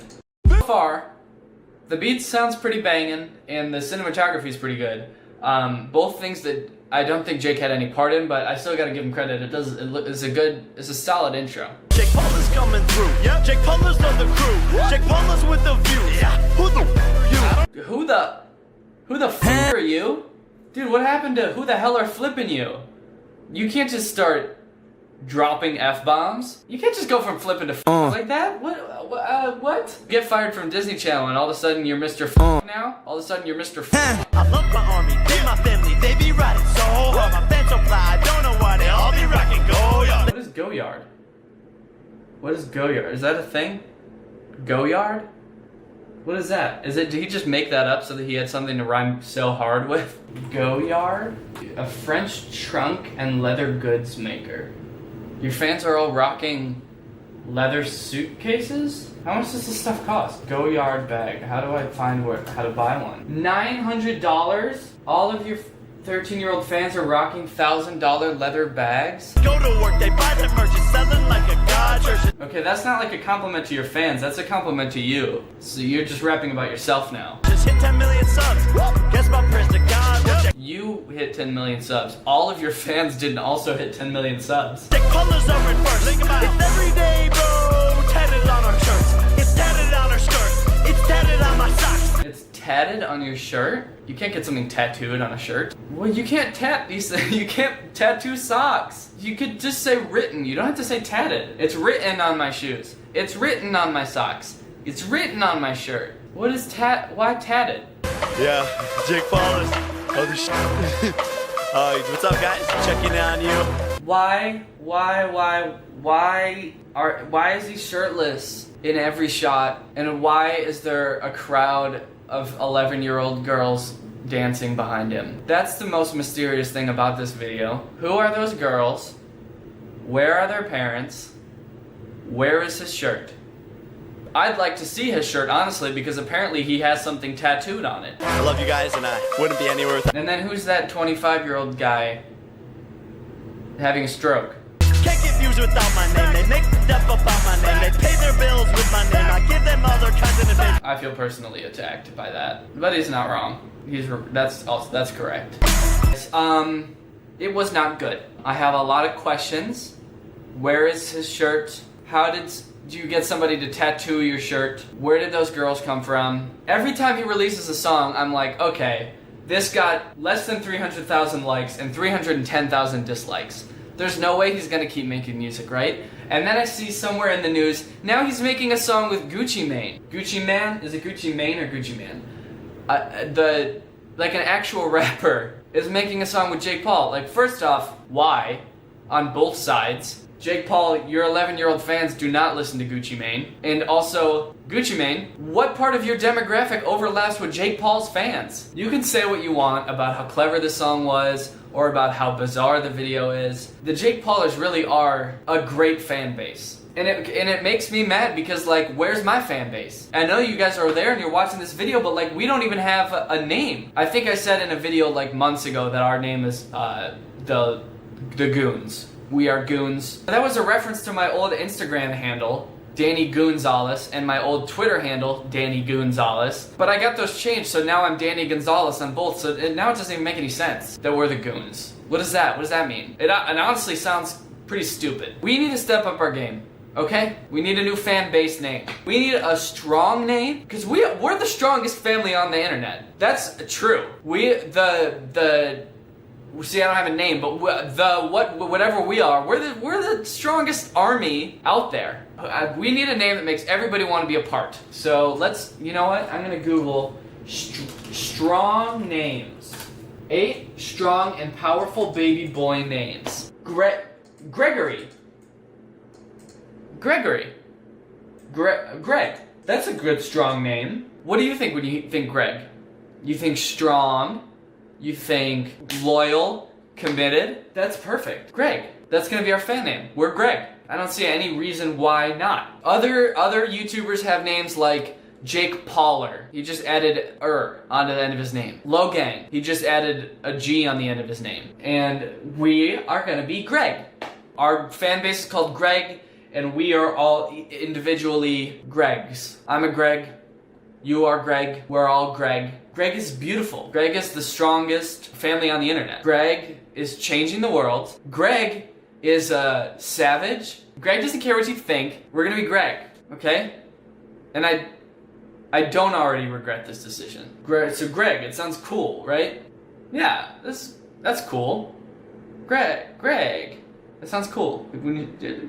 Greg. Shout out to Cat Fable. Thank you for turning on my notifications. You are truly Greg. And so thanks for watching, Greg. If you're not Greg yet, go ahead and hit the subscribe button. Hit that notification button to turn on our notifications. And you can be Greg. It's cool. It is cool. It's cool, right?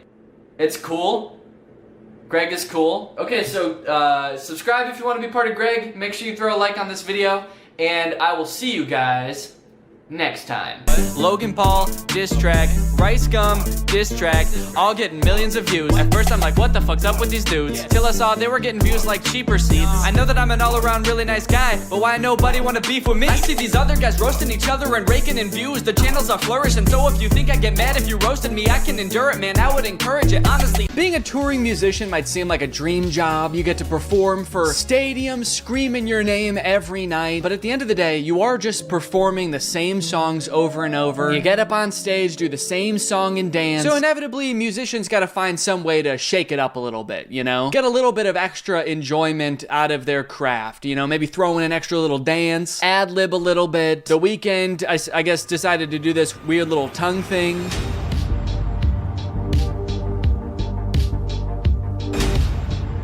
Sick, man. That's cool. Do you think if you held up the microphone to his mouth while he was doing it, you would hear? It's such a confident little dance to do, too, while you're doing the weirdest thing imaginable. This is what the people came to see. This is how it's done. Oh, God, there's another angle. Was this the same show? I wonder. BC Place, maybe? Vancouver? Was this also in Vancouver? I can't tell. I can't tell if this was the same show. I don't know if he was doing it the whole tour. This video's from 2022. At the very least, I can tell you, I don't think he's doing it anymore because I just saw him a couple months ago and he didn't do it then. Thank God. I like that he was doing it long enough that this person had time to pull out their phone and start recording, and he was still doing it. It wasn't just like a one-off, like, this could have been going on for like 30 minutes. This could have been the whole show. All the reviews of the concert were like, he never once even put the microphone up to his mouth. He didn't sing at all. He did a little tongue dance. At one point, he did actually raise the microphone and say, I'm a turkey, gobble, gobble, motherfucker, and then he just kept doing it. Next up on the list of embarrassing concert moments, I'm sure a lot of you have seen this, it's Travis Scott falling in auto-tune.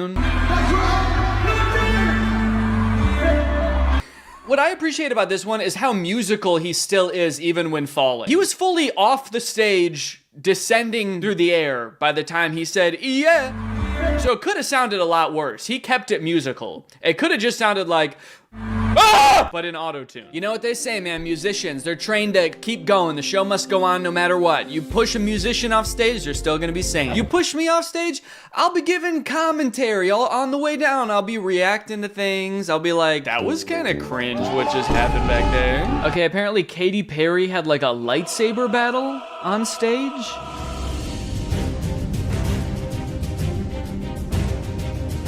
Now, you guys might think that this is kind of corny, kind of cringe, but the crazy thing is, this wasn't planned. Katy Perry has no clue who these guys are. She's actually defending herself right now.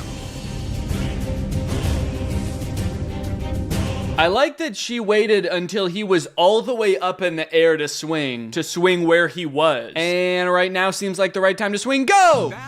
Do you think in rehearsal one time this dancer was like, if you get anywhere near me with that fucking lightsaber, I will sue you for every dime you're worth? She's not even trying to hit this person. Whoa, whoa! whoa! I feel like this type of thing could never look good on stage because supposedly she's singing, right? So like you can't get that out of breath. You can't be swinging around that much on stage, actually giving it your all, actually trying to kill an alien. Because you've got a show to put on, you know? You've got to give the people what they want. So in that sense, I get why it looks like she's totally phoning in the choreography here. But then that raises the question, why in the world did they think this would be a good idea to put in the concert anyway? So effortlessly how she just sends that guy flying into the air. It's actually not a lightsaber, it's a magic wand.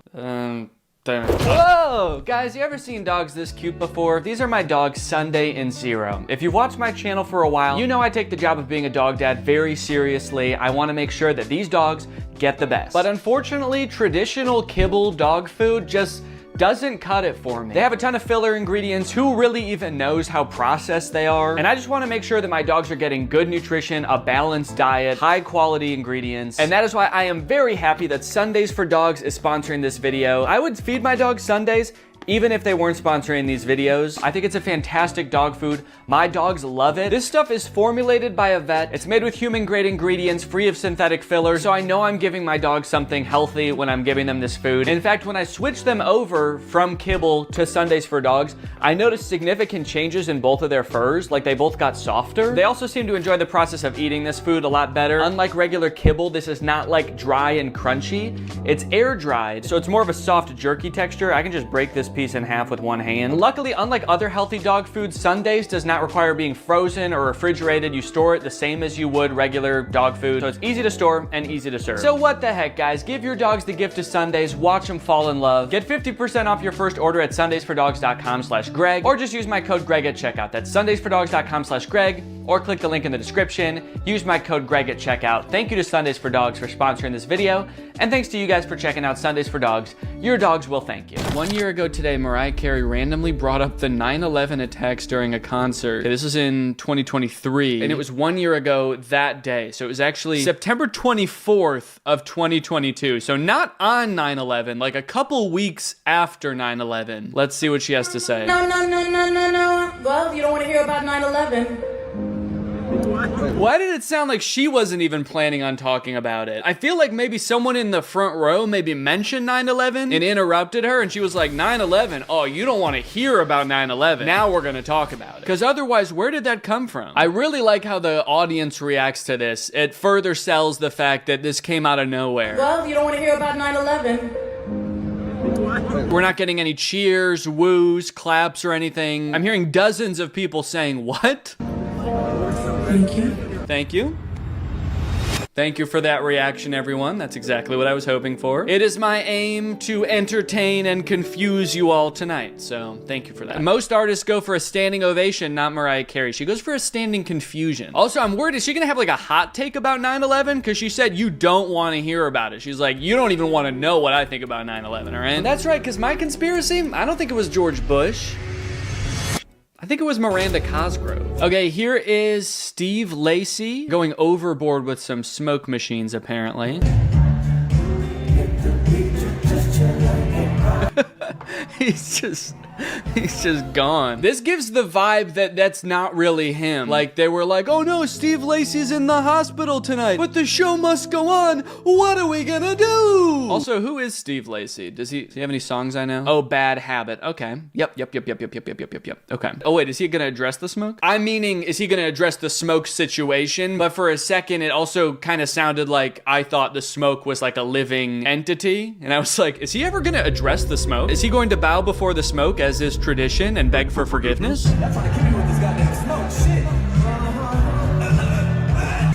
He just dies. Help! I can't breathe! Everyone's like, yeah, fuck, he can't breathe. So the tour that I did with Drew and Curtis back in 2019 was like very heavily produced. There were like lights and sound effects and shit. And every night before the show, we would run like a fog machine because I guess like the light beams that come from all the big lights, you can see them, you know, it creates a lot more atmosphere when there's actually fog. But there were a few times where I think the fog was a little bit overdone and we would come on the stage and it would be like way too hazy. Like the audience could tell and we could tell. I forget if we ever addressed it or not. I think we probably did. So all that to say, I think these fog machines, smoke machine things can get out of hand very quickly. So I don't blame him. I blame the smoke itself. It is a selfish beast. He's actually not there anymore. I think this was a disappearing trick. Look at, he's there. The smoke consumes him, and then he's gone. All of a sudden, everybody hears like, everyone, look behind you! Everyone turns around, and he's there, but he's dead because the smoke killed him. These motherfuckers, I swear, they tried to kill your favorite bitch! They tried to fucking kill me! Who is she talking about? Who tried to kill her? Is she also talking about 9/11? I was in the towers that day! This video just reminded me of, I don't know why this video reminded, have you guys seen the video of Kanye West like sprinting across the stage during Touch the Sky? I just wanted to dance, I went to take a but I wanted to get my bed. Just wanted to I don't know why I'm like asking you as if you're gonna, like, this is a live stream. Did you? Did you see it? It's okay, I'll wait. Now you're just being rude. Okay, this one's a good one. I really like this one. Drake performing the end of Headlines. This looks like a really old video.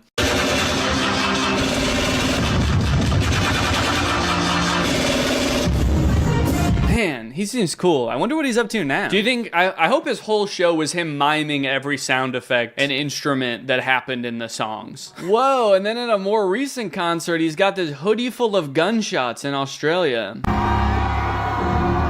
So wait, in that first clip, Drake was shooting at himself from the future. This Drake went back in time and was like, dude, Drake, I have to tell you something from the future. And Drake was like, no. And then he was like, this. And then this Drake was like, fine. And he walked on stage like this. And then this smoke machine gets out of control too, and in 10 minutes, nobody can see Drake. Akon throws fan off stage. Old footage of Akon surfaces. Should he have just joined the WWE?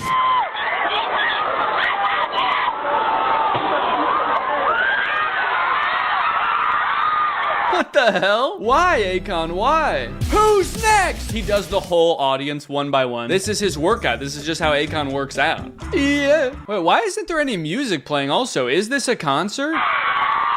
Is this what Akon concerts are? He's like, not feeling any music tonight, guys. We're not doing any songs. I was getting a little tired of the songs. Tonight we're just gonna be doing wrestling. You know who should get Akon on tour? Katy Perry. They could duel together. They could fight each other. Oh my god, yeah, okay, so he threw him on top of other people, so... Oh, but he looks okay. He looks confused, as does everyone else around. Now, Akon definitely doesn't have a single song where he needs to be doing all that. Does Akon rage like that? Like, I could picture that at a Travis Scott show, but Akon? What's like the most popular Akon song? Smack That. More like Smack Down. I Wanna Love You? More like I Wanna Throw You. Locked Up? How about Tossed Up? Okay. That time Miguel leg dropped a fan in the audience. Who's Miguel? Miguel is an American singer-songwriter, best known for...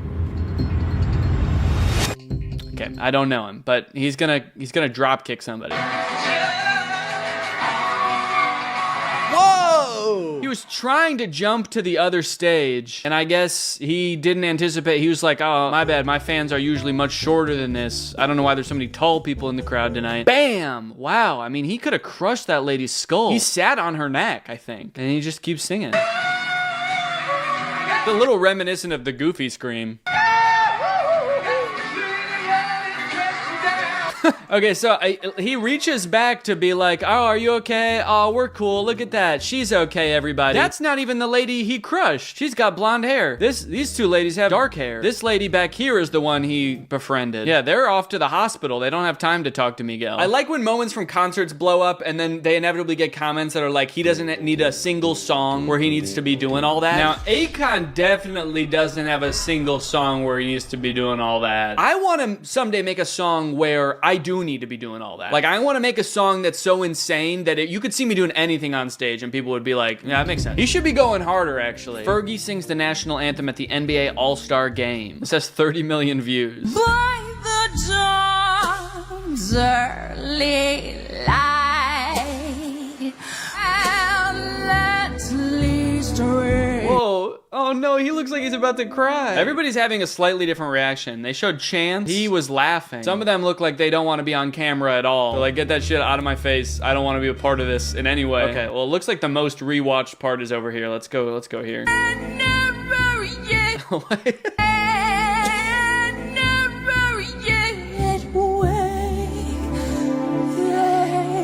She was like, how many extra syllables can I make this song? They said they were gonna pay me for every syllable, so.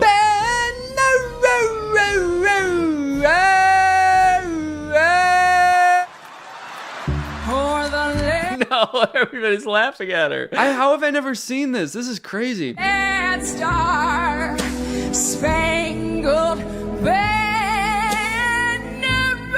yet wave. He's bewildered. He's never heard anything like it. Dude, I feel like everyone is so unanimously like giddy about this that I feel like both teams playing in this game are about to be like, you know what, guys? Let's just go out there. Let's just do this. Can we call a truce? We're just doing this one for fun, all right? Let's just have a good time out there. Who needs points? Let's do a no points game. And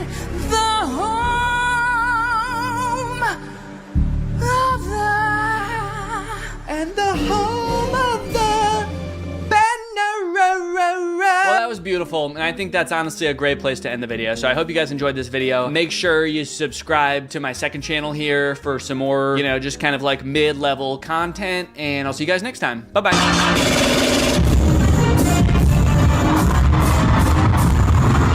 Well, guys, I think we've finally done it. After years of searching, wondering if he even existed, we have found him.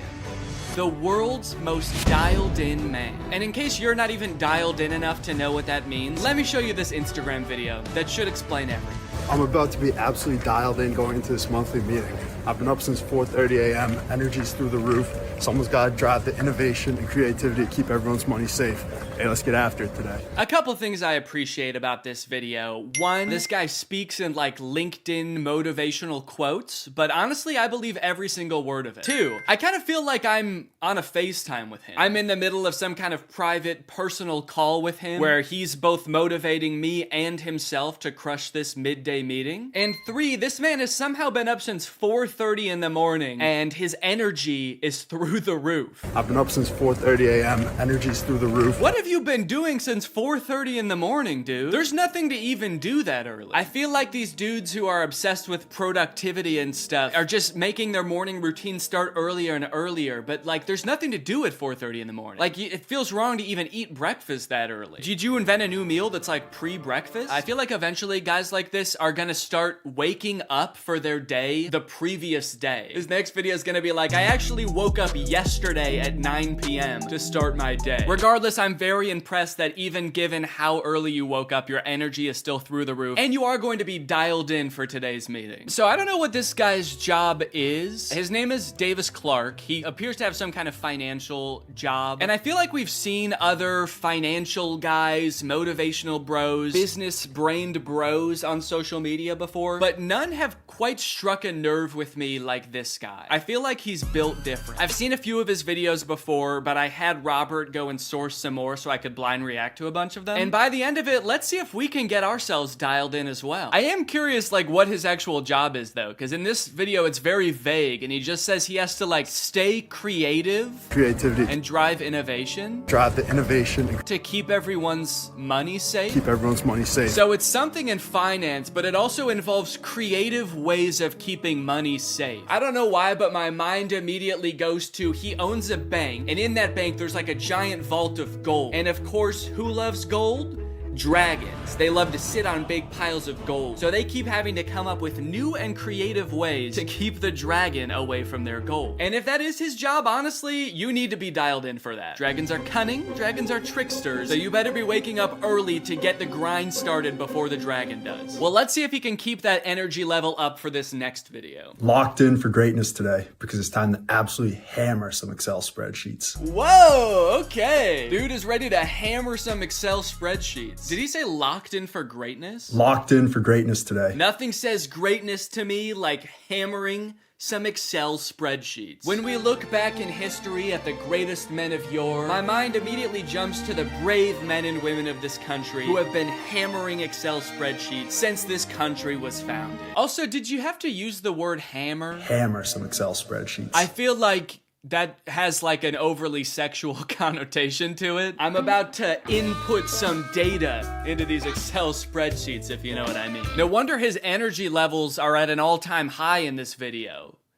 Dude is horny. Again, still not sure what this guy does. This video does have a lot of likes though, 300,000 likes. So clearly this is resonating with a lot of people, and a lot of people are getting pumped up by this. Maybe he's keeping his videos vague enough to appeal to a wide number of people. Lots of jobs use Excel, so there's probably a lot of people out there who are dreading having to go into their spreadsheets today. But this dude is encouraging us to just hammer them. I don't even use Excel for my line of work, but I feel like I want to open up Excel and just fuck my computer, honestly.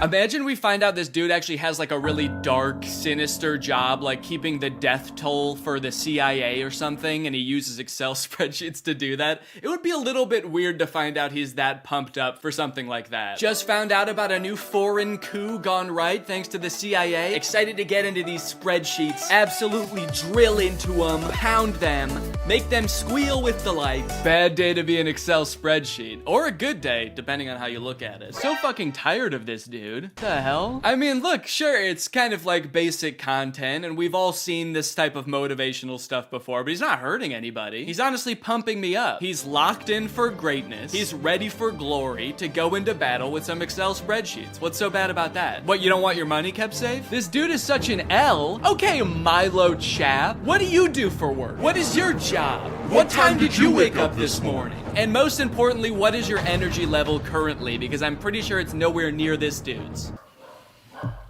Sorry if you can hear my dogs barking in the background. The mailman just came, and they hate that guy. I'm absolutely locked in when I'm working from home because I always give my best effort and stay focused throughout the day. It's all about being accountable and doing the right things. Okay, I'm digging the attitude. Very nice. It's all about being accountable and doing the right thing. Now this guy is starting to feel like somebody's boss made a fake account with an alter ego to influence his own employees. I don't know about you guys, but when I work from home, I make sure to do actually twice as much work as I did in the office. I stay locked in and I do everything my boss says, and I would never think about getting a different job. Is this dude like an industry plant? It's hard to say because again, I don't even know what industry he would be a plant for. It's just like work. His job is just like work. This dude is like if there was a work Ken in the Barbie movie, his job is just work. Also, not to be a narc or anything, but doesn't really seem like you're that locked in right now because you're making an Instagram reel. So I hope you're not on the clock right now, buddy. But the sun is shining in through the windows, which means it's not 4:30 in the morning. It's time to get to work.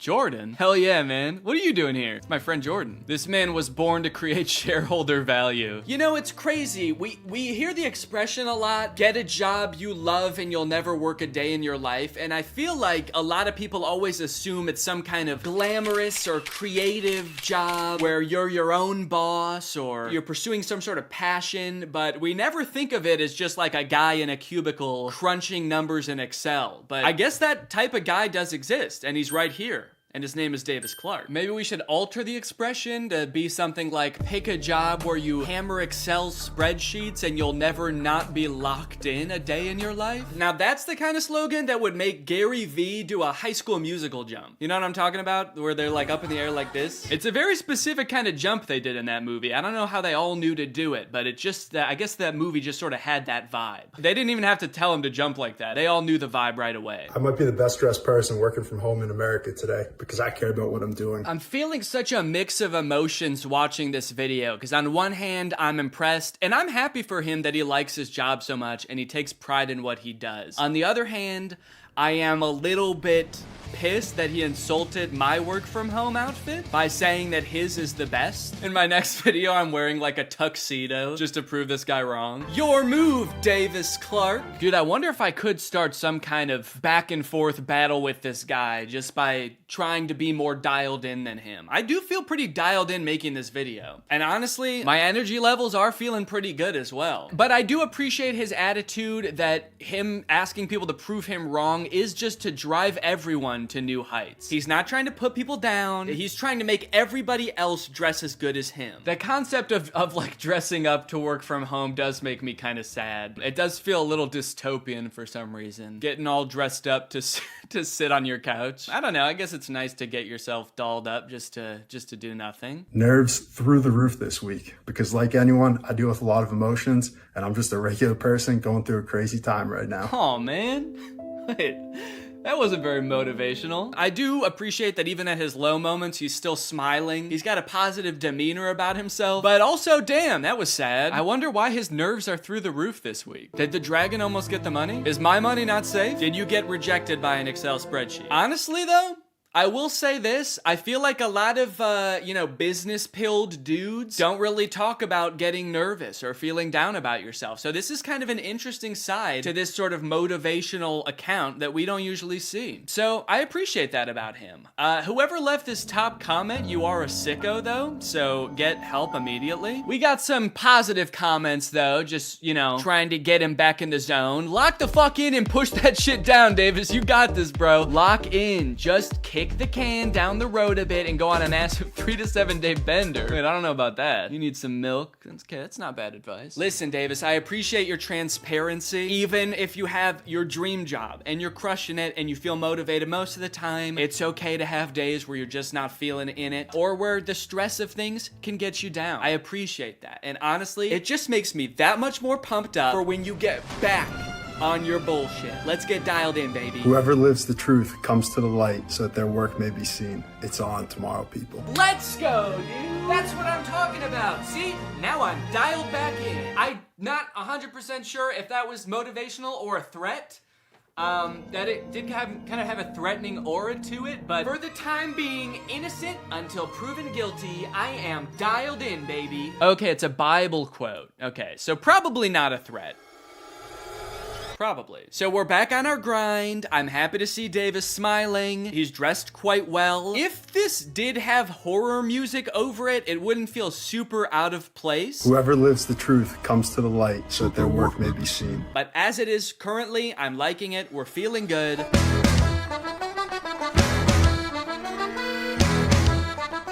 Yo, whoa, this dude just took being the best dressed working from home guy to a new level. The sunglasses and the fedora? My dude is dressed like a financial pilgrim right now. Okay, so his caption is locked in for the exam. So I guess he's taking some kind of exam today. Maybe that's what all of the nerves and things in previous videos have been about. He was nervous about this exam. Maybe he's studying to become some sort of accountant, financial professional. This looks like someone who is about to ace an exam. He's about to hammer this exam. I see a guy who is dialed the fuck in. People are playing I Spy in the comments. They're so dialed in, dude. This is crazy. Okay, it looks like we got a post-test video. Let's see how it went, guys. Got after the test this morning, and it hit hard, but I like to hit hard right back. Cut to him punching the test. Beat the shit out of the test. Absolutely hammered it. We all think it's a metaphor, but he's dead serious. Ripped it to shreds with my mouth like a dog. All I can say is the results won't come out for like another 2 months, so it's gonna be a wait. But in the meantime, I'm just gonna try and make good things happen in life. Well, this was 5 weeks ago, and he said that he won't get the results for another 2 months, so I guess we probably still don't know how he actually did on the test, but I'm glad he's got a positive attitude about it. He was dialed in for the test. He did lose his sunglasses. I don't know, maybe they confiscated those because they were like, we don't know if this could be some kind of recording device, or maybe the test was just so crazy that he just lost track of them. He was going so crazy in his seat, they just flew off. Do you think that, like, the people who invented the internet and social media pictured this? Because I feel like they might have only pictured this. They thought like, oh, this is gonna be like such a utopian way to communicate and motivate people. It shares success stories. The whole internet is just gonna be like this guy. Just everybody talking about how dialed in we are, how much of a good time we're having, and how much we're making the world a better place. I feel like this is the internet we were all sold back in '99. And so I'm happy that there's at least one corner of the internet where this is happening. In Office Friday, the heavy hitters of America are about to be shaken in their boots, seeing that the young people are actually motivated to work. In Office Friday, dude, let's go. This is probably basically Davis's favorite day of the week. He gets to be in the office grinding. One thing that's interesting is I feel like he's actually dressed down compared to usual. Like he's wearing less layers. Do you dress up more to work from home, Davis? The heavy hitters of America are about to be shaking in their boots. I like to imagine every meeting he walked into today, his boss and every higher up in the meeting like shits their pants when he walks in the room and cowers under the desk like a little baby because they've never seen somebody so dialed in. He's got a smile, he's got a positive attitude, and they've never seen anything like it before. They've never seen the young people actually motivated to work. They're shaking in their boots, dude. They saw what he did to those Excel spreadsheets and they don't want him to do it again. Just a normal dude getting after it on a Friday. I'm not the fastest, I'm not the strongest, but I'm gonna give it everything that I have. All right, some exercise content. This is very cool. It's been a long week, lots of hours of work as y'all have been seeing, but I'm gonna finish it strong and bring everything together today. Have a great weekend, everyone. Keep those vibes going. This video does have the vibe of like POV, you just woke up in the middle of the woods to this man standing over you. You're like, where am I? Who are you? I'm not the fastest, I'm not the strongest, but I'm gonna give it everything that I have. Okay, cool. Why are my arms and legs bound? I will say this, I don't think that you are a normal dude, Davis. Just a normal dude getting after it on a Friday. For better or worse, you are not just a normal dude. You are an exceptionally hard worker. You're dialed in. You've got a crazy attitude. So when you stand over us like this, dripping wet in the middle of the woods, out of breath, I want you to say, I'm fucking crazy. No, I want you to say, I'm a hard worker. I'm a grinder, baby. I'm a freak. And then you can say the rest of whatever you were gonna say. Say, you know, I'm gonna give it everything I have. Now, of course, with every legend, there is gonna be hate, you know? There are people who really don't like this guy and have it out for him, and so they comment mean things on his videos. So this video appears to be in response to some of that hate. Let's go ahead and see what he has to say. The hate fuels me, but right now, the haters are gassed. They're looking for a Dunkin' Donuts so they can get some caffeine, get some energy like we have. Okay, let's go. He's not gonna let the hate get him down. The hate fuels him. So I guess in a way, we better hope that the hate keeps coming. No, we shouldn't say that. He says that the haters are looking for Dunkin' Donuts so they can get energy to keep hating on him. But should we want them to get Dunkin' Donuts so that they do get the energy because the hate does fuel him and he's making the world a better place? Davis, can you clarify what exactly you want people to do? I can tell you one thing though. Davis is reaching his final form. You can tell he's dialed in. He officially, I think, has the most layers on he's had yet, and with each layer, he does become more powerful. It really does make you wonder, like, why is this guy getting so many hateful comments? You know? This is just sort of like normal guy core. It's like regular job core TikToks, and he's just making the most of the situation he's got. He's got this job. He's trying to see the positive in the situation. And you know, we've seen there's moments where he's not his happiest, but he's trying to make the best of it. All he does is smile, go to work, wake up obscenely early. So I don't know why, why there would be people like leaving him legitimate hate. That does seem odd. Seems like those people have their own demons to work on. And honestly, the haters are dialed out. They're undialed. They're not locked in, they're locked out. We're over here getting it done, making money, keeping our shareholders' money safe, and the haters are quite frankly locked out. There's a sign on the window that says, sorry, we're closed. No haters allowed. Please continue to share your opinions in the comments section because that's what our founding fathers wanted. Freedom of speech, press, and expression is what makes this country special. So whether it's love or hate, I formally invite you to keep sending those messages up to Boston, the birthplace of freedom, where a bunch of farmers and rabble-rousers like Sam Adams started the greatest country on earth. Let's go. Have a Monday, people. Did he memorize that whole speech? Did he write that beforehand, or was that just off the dome? That was crazy eloquent, my guy. I love how he described the founding fathers as rabble-rousers. We're a bunch of farmers and rabble-rousers like Sam Adams. They weren't great men, per se, because they didn't do any Excel spreadsheets, but they were rabble-rousers. I wonder if Davis would consider himself a rabble-rouser. Does he rouse rabble? Comment that on his video. Do you rouse rabble, Davis? That's what the founding fathers were doing, man. They were just causing a little mischief. The Boston Tea Party. If there wasn't some rabble roused that night, I don't know when was some rabble roused.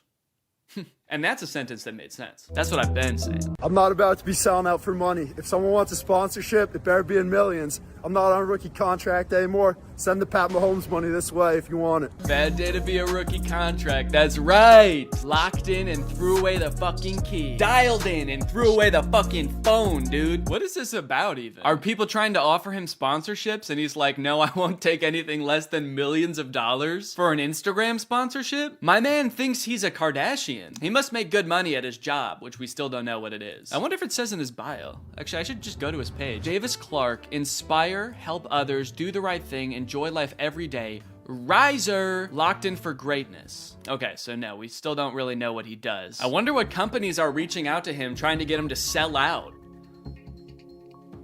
The dragon. And what sponsorships would be good for him? Patagonia, of course. Excel, maybe. A cellular network. AT&T, T-Mobile. He could use a signature slogan and say he's dialed in. The most dialed in network with the most coverage. That would be kind of bomb. At the end of the day, you know, it's not the typical content I usually consume, but I do appreciate Davis for trying to make the world a better place and trying to motivate people, you know? And I'll admit, I feel a little bit pumped up after watching his videos. I'm not sure how to apply a lot of what he said to my own career, but there's something to be said for making the most of your situation, being proud of your work, giving the shareholders the value they deserve, because life's all about those shareholders, baby. All right, well, I hope you guys enjoyed this video. I'll see you guys next time.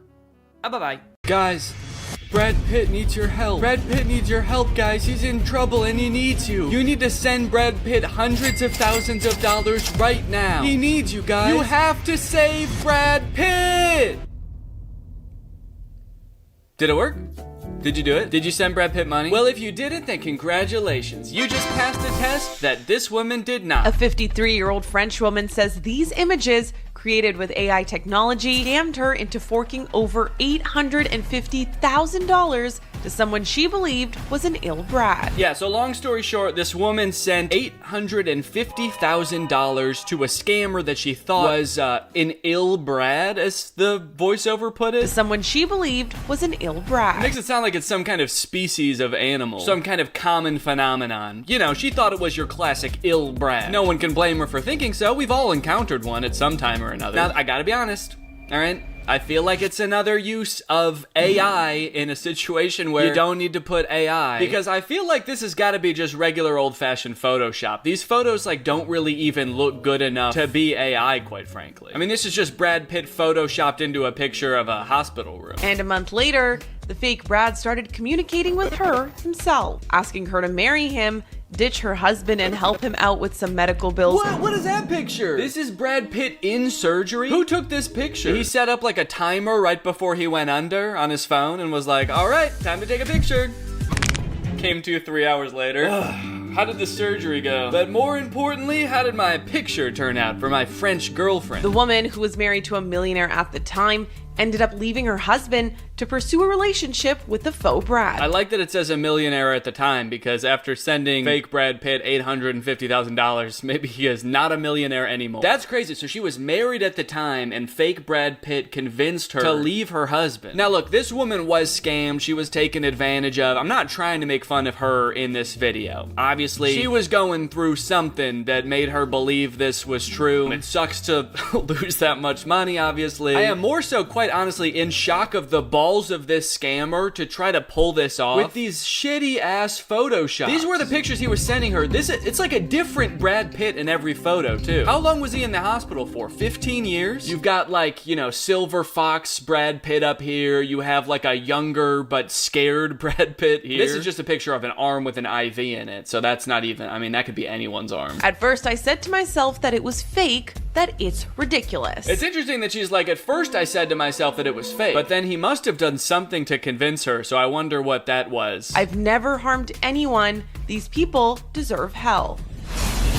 This comes months. I don't like that they keep cutting to footage of the real Brad Pitt. I feel like this Entertainment Tonight video is trying to insinuate that the real Brad Pitt really did have something to do with this. They're like, and look at how smug he looks here in this video after pulling off the perfect crime. Actually, that would be kind of a sick plot twist if it like really was Brad Pitt and he was like, I was in love with you, and that really was me in the hospital looking drastically different in every photo. Like he's poorly photoshopping pictures of himself to throw the detectives off the betrayal, you know? They would never suspect the real Brad Pitt is scamming people. But you know, it could be true. You hear things like 50 Cent actually didn't make most of his money from his music career. He actually made it from his investment in vitamin water. Could be the same type of situation. Brad Pitt actually made most of his money from hospitalized Brad Pitt scams. If this story's taught me anything so far, it's that we could all do a little bit better managing our money. That's why I'm excited about today's sponsor, Rocket Money. One thing I've never been very good at is creating budgets and sticking to them, because I usually have just tried to do it all in my head before. I don't even know how to create a budget in the first place. I'm like, what is an appropriate amount of money to spend on food? Like $25 or maybe $7,000? I don't know. But luckily, Rocket Money is here to help. Rocket Money is an all-in-one finance app that helps you cancel subscriptions, lower your bills, and manage your money better. With regards to budgeting, Rocket Money automatically categorizes payments so you can see how much money you're spending within each category budget. So let's say you have an entertainment budget for the month. You can see if you're spending too much on entertainment, or if, heck, you could go out for a movie or see a Broadway play. And if you are spending too much on one particular category, it's easy to cancel subscriptions through Rocket Money as well. Once you connect your bank account, Rocket Money identifies all of your recurring subscriptions, and you can just cancel them within the Rocket Money app with just a few taps. And it works. Rocket Money has helped save its customers up to $740 a year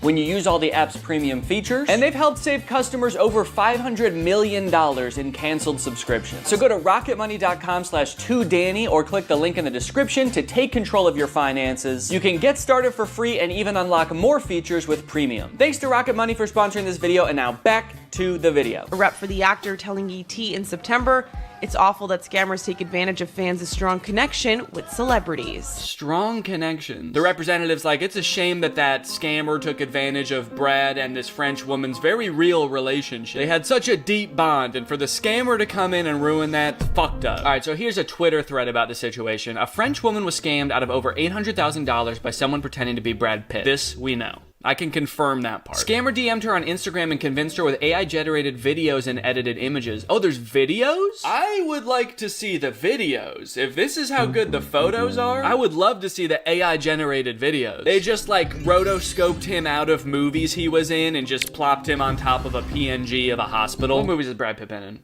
Fight Club? That was Brad Pitt, right? I'm so bad at pop culture. Brad Pitt movies. Oh, Happy Feet 2, that's where I know him from. Yeah, what if they cut out a picture of him from Happy Feet 2 and put him in a hospital? That'd be pretty funny. She realized it was fake when Brad Pitt was on the news with a new girlfriend. I like that that's the part that made her get wise to what's going on. She sees Brad Pitt in public, not in the hospital, clearly not suffering from any type of medical emergency, and she's like, wait a minute.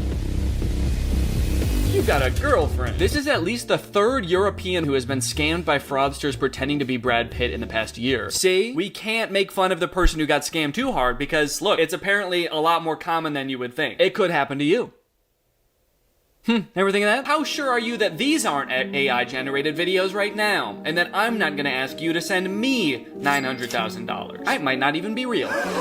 So he convinced her that his bank accounts were locked because of his divorce with Angelina Jolie. I'm not super familiar with the process, but I don't think that's how divorce works. I know that there's usually some sort of divvying up of funds, but I don't think they're like, in Brad Pitt, no more bank for you, actually. As part of the divorce, she gets custody of the kids, she gets half of all you earn, you get to keep half in your bank, but no more bank. A French woman who was conned out of 830,000 euros by scammers posing as actor Brad Pitt has faced a huge wave of mockery, leading French broadcaster TF1 to withdraw a program about her. Yeah, that sucks. See, I am sort of laughing at the absurdity of the situation. I know I'm poking fun a little bit, but clearly someone in a very vulnerable place. I mean, elderly people, I know she's not elderly, she's 53, it says in the article, but people with different vulnerabilities, etc., get scammed all the time. It is sad, and we should never blame the person who's getting scammed. So, you have a right in this life to not get scammed by a fake Brad Pitt, okay? That's a reasonable expectation, and we should hope that for everybody. Netflix France put out a post on X advertising 4 films with Brad Pitt for real, while in a now deleted post, Toulouse FC, I don't know what that is, said, "Hi, Anne. Brad told us he would be at the stadium on Wednesday. And you?" The club has since apologized for the post. That's interesting that they keep posting things like this and then deleting them. It might be because they're sorry, or it might be because there really aren't 4 Brad Pitt films for real. Maybe Netflix was getting scammed too.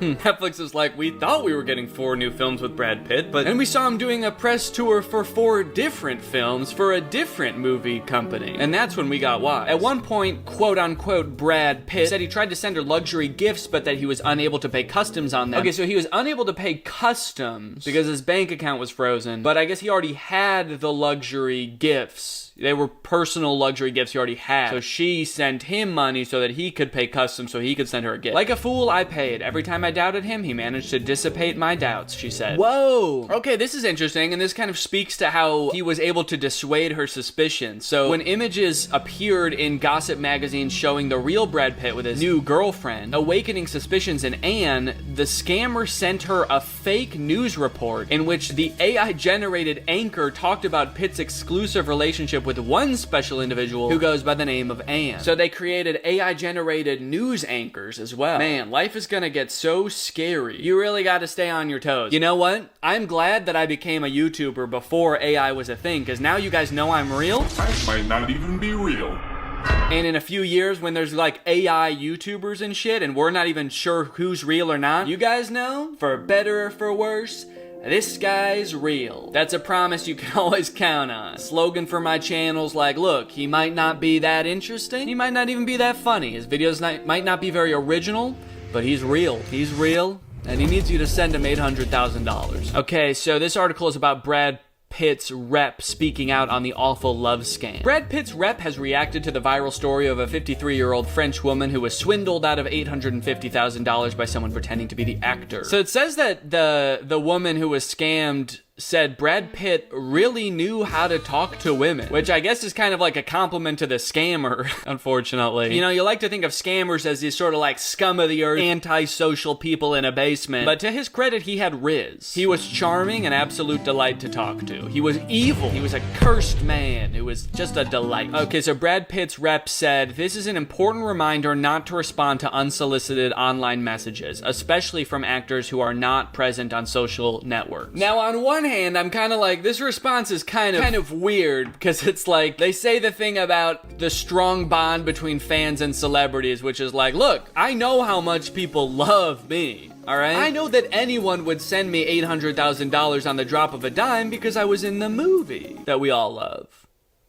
Happy Feet 2. But you should not, all right? Especially because I'm not even on social media. The not on social media part, it kind of feels like they're covering their tracks because it actually was him scamming her. Do not send money to unsolicited messages, especially from actors who, quite frankly, don't even know how to use a computer. They don't know how to use Photoshop, and they're definitely not online, all right? I wonder, because it was a French woman, I wonder if he was speaking to her in French, too. To me, that would be a clue. Okay, here we have another article. Brad Pitt is not in love with you. Here's how to protect yourself and loved ones from AI scams. What if the article was like, Brad Pitt is not in love with you. He has assured me via messages he is only in love with me. And if you see him with other women, those are AI-generated posts. He's assured me I'm the only French woman for him. Sometimes families might not realize their loved one is being conned until it is too late, but oftentimes a sudden mood change in the victim is a subtle clue of this problem. The person is all of a sudden really happy because they found this love, and luckily you get to be the person to take that away from them. Do it. One of their tactics is that they'll frequently prepare the person for people in their life to call them a scammer. So when you tell your loved one they're in love with a con artist, it strengthens what the scammer said, which unfortunately builds some trust and likability. So fake Brad Pitt or, you know, whatever celebrity might message you, fake, what celebrities do my fans like? Fake celebrities you guys into these days? Famous celebrity. Timothy Chalamet? Thinking way too long and hard about this. Bruno Mars. You guys are really into Bruno Mars, right? So Bruno Mars messages you and he's like, look, it really is me, and to prove I'm Bruno Mars and also how smart I am, everyone is gonna tell you that I'm a scammer. That way, when everybody says that's not Bruno Mars, it's a scammer, it makes it look more like Bruno Mars, and you're also like, damn, Bruno Mars is smart as hell. To spot AI-generated scams, pay attention to details. Notice when lighting and proportions in the selfie seem off. Pay attention to glitches in videos. I mean, unfortunately, these seem like things that I feel like a lot of people in my generation and younger younger instinctively do now. I worry about people just like a little bit older that cut off of like didn't grow up with any type of internet or social media and stuff. Their eyes are a little less keen on that sort of thing. Verify images and information you receive. In the example of Pitt, I like that we're calling him Pitt for short. For a second, I thought that I was reading an article about Pitbull and they were calling him Pitt for short. I was like, what am I reading again? Yeah, I'm on like a nickname basis with Pitbull. I just call him Pitt. It helps to know that he does not have any verified social media platforms. If you get messages suggesting otherwise, put on your detective hat. Compare the information the scammer is telling you to recent pictures, videos, and information being published. If they were at an award ceremony in Europe just recently, or they were on vacation somewhere, then it's likely they're not in the hospital for cancer treatment. Okay, that sounds, I feel like this person is actually being a little bit condescending by saying that. That's like the most self-explanatory quote ever. Now, if he's in Europe on vacation, what does that mean? Does that mean he has cancer and he's in the hospital? Why don't you put on your little detective hat and figure it out? All right, well, moral of the story, be careful. And if one of your loved ones starts dating a celebrity via text only, you're gonna wanna nip that in the bud. Anyways, I gotta go. I'm about to go have lunch with Bruno Mars. We're meeting at this really secluded place and he asked me to bring a briefcase full of money, so I gotta go. Bye. Hey Greg, a couple days ago I saw this TikTok and I knew I had to make a video about it, so go ahead and check it out. Sigma males are more attractive than alpha males. Stay tuned. Welcome to the Anthony Spade channel. So I saw this TikTok and I immediately knew I have to watch this video. My first thought was, oh my god, I need to watch the rest of this video. Actually, I think my first thought about it was, there's no way this is actually the real intro to a real human being's YouTube channel. I thought maybe whoever posted this TikTok added in the wolf and the tiger onto this to make it even funnier than it already was, but nope, they are in the actual video. This is part of the actual intro to this person's YouTube channel. The video is called Why Sigma Males Are More Attractive Than Alpha Males, which is really funny because if you watch the intro, you'll see that this dude calls his army, his fan base, Sigma Nation. So he considers himself like a leader of the Sigmas, and he's making a video called Why Sigma Males Are More Attractive Than Alpha Males. He might as well have just titled the video Why I'm So Goddamn Hot, Why I'm Hotter Than You. What's up guys, welcome back to my channel. Today we're gonna be talking about the top 10 reasons why I'm so fucking hot. Reason number 1, because I said so. Reason number 2, because I'm hot. And reason number 3, any questions? So now I am dying to figure out why exactly Sigma males are more attractive than alpha males. But first, I'm not exactly sure if I know what a Sigma male is.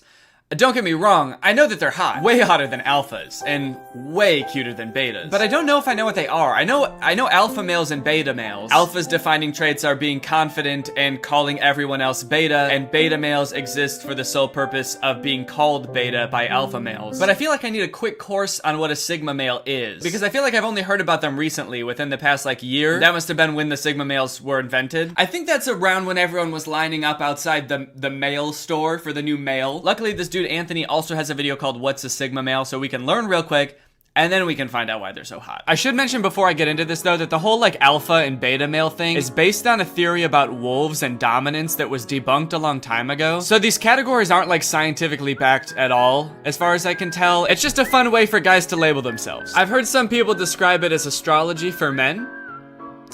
So interpret that how you will. We about to get into the Sigma Nation. So everyone see it says Sigma Male. You got all these videos you can go watch on Sigma Male. A good one to watch is right here. The one guy no girl could resist. Okay, is that like the defining characteristic of a Sigma male, being just like the absolute hottest motherfucker around? No, it's not, because look at the other videos about Sigma males. These ones are just like 5 habits of the Sigma male, what is a Sigma male? But the one that he really wants you to watch is why girls think Sigma males are so sexy. Seems like he has a very distinct view of himself as a Sigma male. The truth about Sigma males, that's another good one.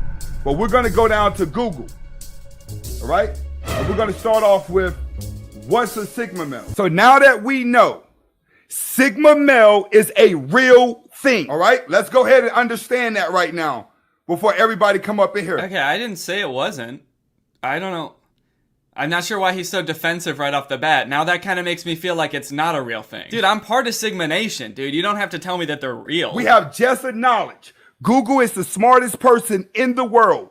Google has recognized Sigma male is a real male. Okay, weird wording. Google is the smartest person in the world. But I'm gonna give him the benefit of the doubt and assume that he doesn't think that Google is actually a person, a human being. This next video is like, what's up guys? Today we're going to be talking about why Google is actually the most attractive male on the planet. Also, I don't think you can just apply that logic to anything. That if Google has a definition of it, that means it's real. For example, I could Google who Niennub is, and Google could tell me that Niennub was a Celestin male arms dealer and smuggler who joined the Alliance to restore the Republic during the Galactic Civil War. Does that mean Niennub is real and not just a character in Star Wars? No, obviously not. Niennub only exists in Star Wars and my nightmares. Sigma males are men who are riding off into the sunset on their horses without much more than their name and a pack on their back. They don't need things from society the way other men do. Is everyone seeing that? Why do I get the feeling that the person who wrote this definition was 1, a Sigma male, and 2, thinks Sigma males are the absolute coolest people on the planet? In fact, why do I get the impression that this definition was written by this guy? Is everyone seeing that? Anyways, there you go. That's what a Sigma male is. They're kind of like alpha males, but they define themselves as being like less driven by material possessions and like success in a traditional sense. They're a lot more independent. They don't need other people's approval. They don't need to be the center of attention. So they usually don't do things like wear flashy clothing, buy really expensive cars, or I don't know, make YouTube videos trying to convince you how hot they are. And now that we know what a Sigma male is, we can find out why they're so beautiful. Welcome back to the Anthony Spade channel.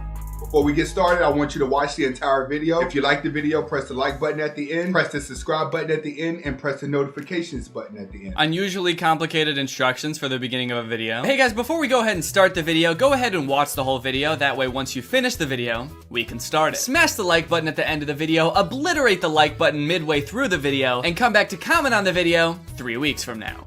Let's get into it. Today, we're going to be talking about why Sigma males are more attractive than alpha males. Now, a lot of people didn't even know that Sigma males existed until last week. A lot of guys didn't, but a lot of guys did know. That's true, I didn't. It's almost like it's just kind of like an arbitrary collection of personality traits that people made up to make themselves sound cool. So, we're having this debate in the manosphere about alphas and sigmas. He's right. We are kind of, in the manosphere, we are kind of having this debate. If you're not a man like me, or if you're not like a really manly dude, and you're not really involved in like the manosphere, you probably didn't know that, but yeah, we'll have weekly town halls, and we'll just have like a casual debate about, you know, whether or not Sigma males are in fact the hottest male. We'll talk about like, you know, if you had to make out with like a male, would it be a Sigma and why?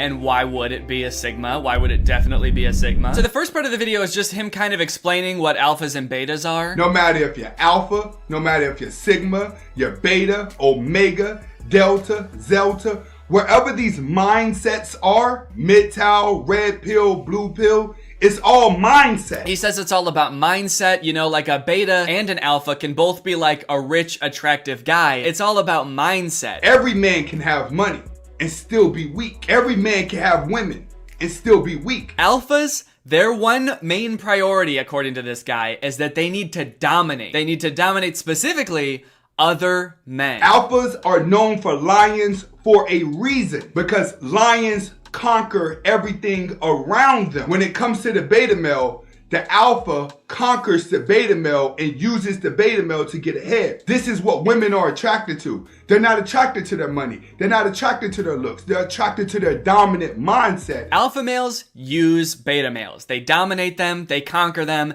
and they use them. And that is like apparently their whole mindset in life is to just like conquer weak people and use them. Which, to be honest, sounds exhausting and awful. I guess I don't know enough alpha males personally, but do people really think like that? Like, are there people out there that are just constantly focused on domination? There are people that are just sitting around, I gotta make sure that I'm dominating people at all times. I need to, when I go to work today, I gotta make sure I'm dominating my coworkers. And when I go to the bar later tonight, I better be dominating my friends, dude. And I always gotta be looking over my shoulder to make sure no one's coming up from behind to dominate me. Like, why not just live your life? And sure, like, don't let people take advantage of you, obviously. You know, don't allow yourself to be dominated. I can see that. But who goes around thinking like, my coworker Brian seems like a pretty beta kind of guy. I wonder how I could dominate him and use him to my advantage. Some alpha males thrive off the conquership, but then you have strong individuals, which are Sigma males.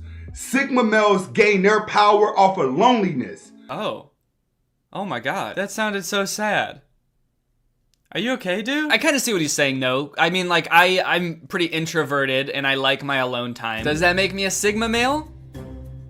Does that make me hot? I don't know. I just don't really understand the point of putting labels on this stuff. I don't really, I mean, especially such broad labels. I feel like people are very different. This kind of sounds like somebody who is shy, which is perfectly fine, but someone who's insecure about how shy they are, trying to make their shyness sound cool, so they made up a cool name for it called Sigma males. Like, they got called a beta one too many times, and they were like, what? No, I'm not a beta, dude. I'm a different thing.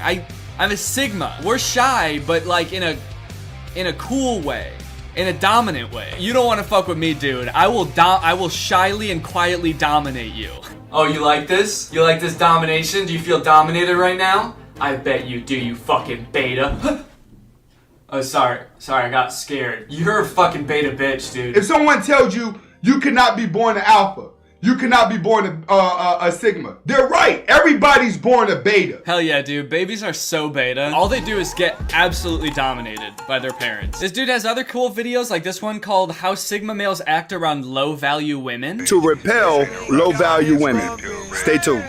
See, this is why I don't like this type of shit. Because there's a very clear hierarchy in saying there are like Sigma and Alpha males, and then there's beta males. It's just kind of like giving yourself reasons to feel better than other people. And if that wasn't super obvious from the titles Alpha and Beta, I guess he goes ahead and spells it out for you a little bit better when he's talking about women. There are some women that have very little value. Welcome to the Anthony Spade channel. Before I get started, I want you to watch the entire video. Next, I would not be talking about all women, even though it feels like it. And if you haven't subscribed to my second channel, who is Anthony Spade. Wait, what? You can't, I feel like you can't just say that. I would not be talking about all women, even though it feels like it. Why would it feel like you're talking about all women if you're not talking about all women? Can't you just change how you're talking about women then? To make it more specific to the women you are talking about? Today, what we're going to do is, I'm going to be explaining to you how to put off an alpha vibe to repel low-value women. So the purpose of this video is to teach Sigma males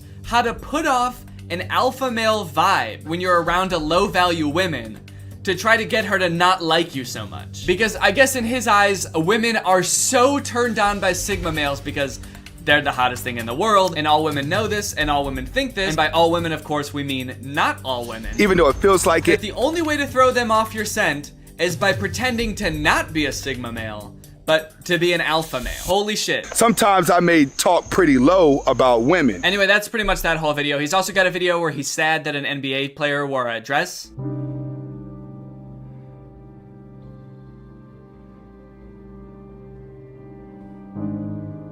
Wow, dude, that's interesting. Not very Sigma of you to be, like, so upset about what some other guy is wearing. That's kind of beta of you to let him dominate your mind like that. I mean, if you're a Sigma male, shouldn't you be, like, off in the woods?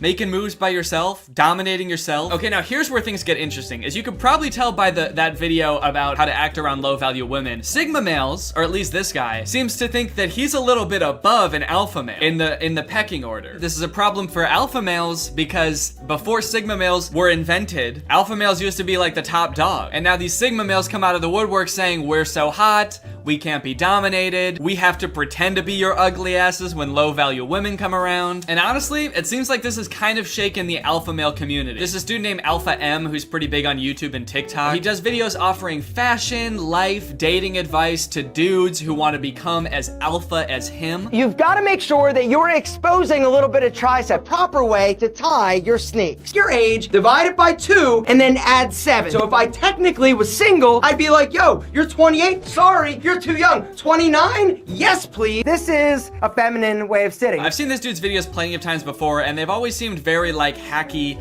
and fake to me. A lot of times it seems like he's giving really simple solutions to complicated problems that take a lot of effort to overcome. If you want to be more confident, walk with a nice medium pace. Like he has a TikTok about how to make you trust people more. Psychological trick to make other people like you more. And his solution is to wear blue. Wear blue. He also has a TikTok about how to make yourself more attractive, where his solution is to wear red. Research has shown that when a man wears the color red, something crazy happens psychologically to his sex appeal. I wonder what he thinks about wearing purple. So yeah, all of his videos are basically just like hacks to make you more desirable to women. One of the things that you must be able to do as a dude is change a flat tire. You might see some spicy ass senorita stranded on the side of the road and you're like, excuse me, Mrs. Spicy Senorita, can I help you change a tire? And she's gonna be like, oh my God, thank you. When you're done, let's make out in the back of my car. It could happen, but it can't happen if you don't know what to do if you got a flat tire. Yep, that's right. If you ever want to get a girl, dude, you gotta learn how to fix a flat tire. Step 1 to fixing a flat tire,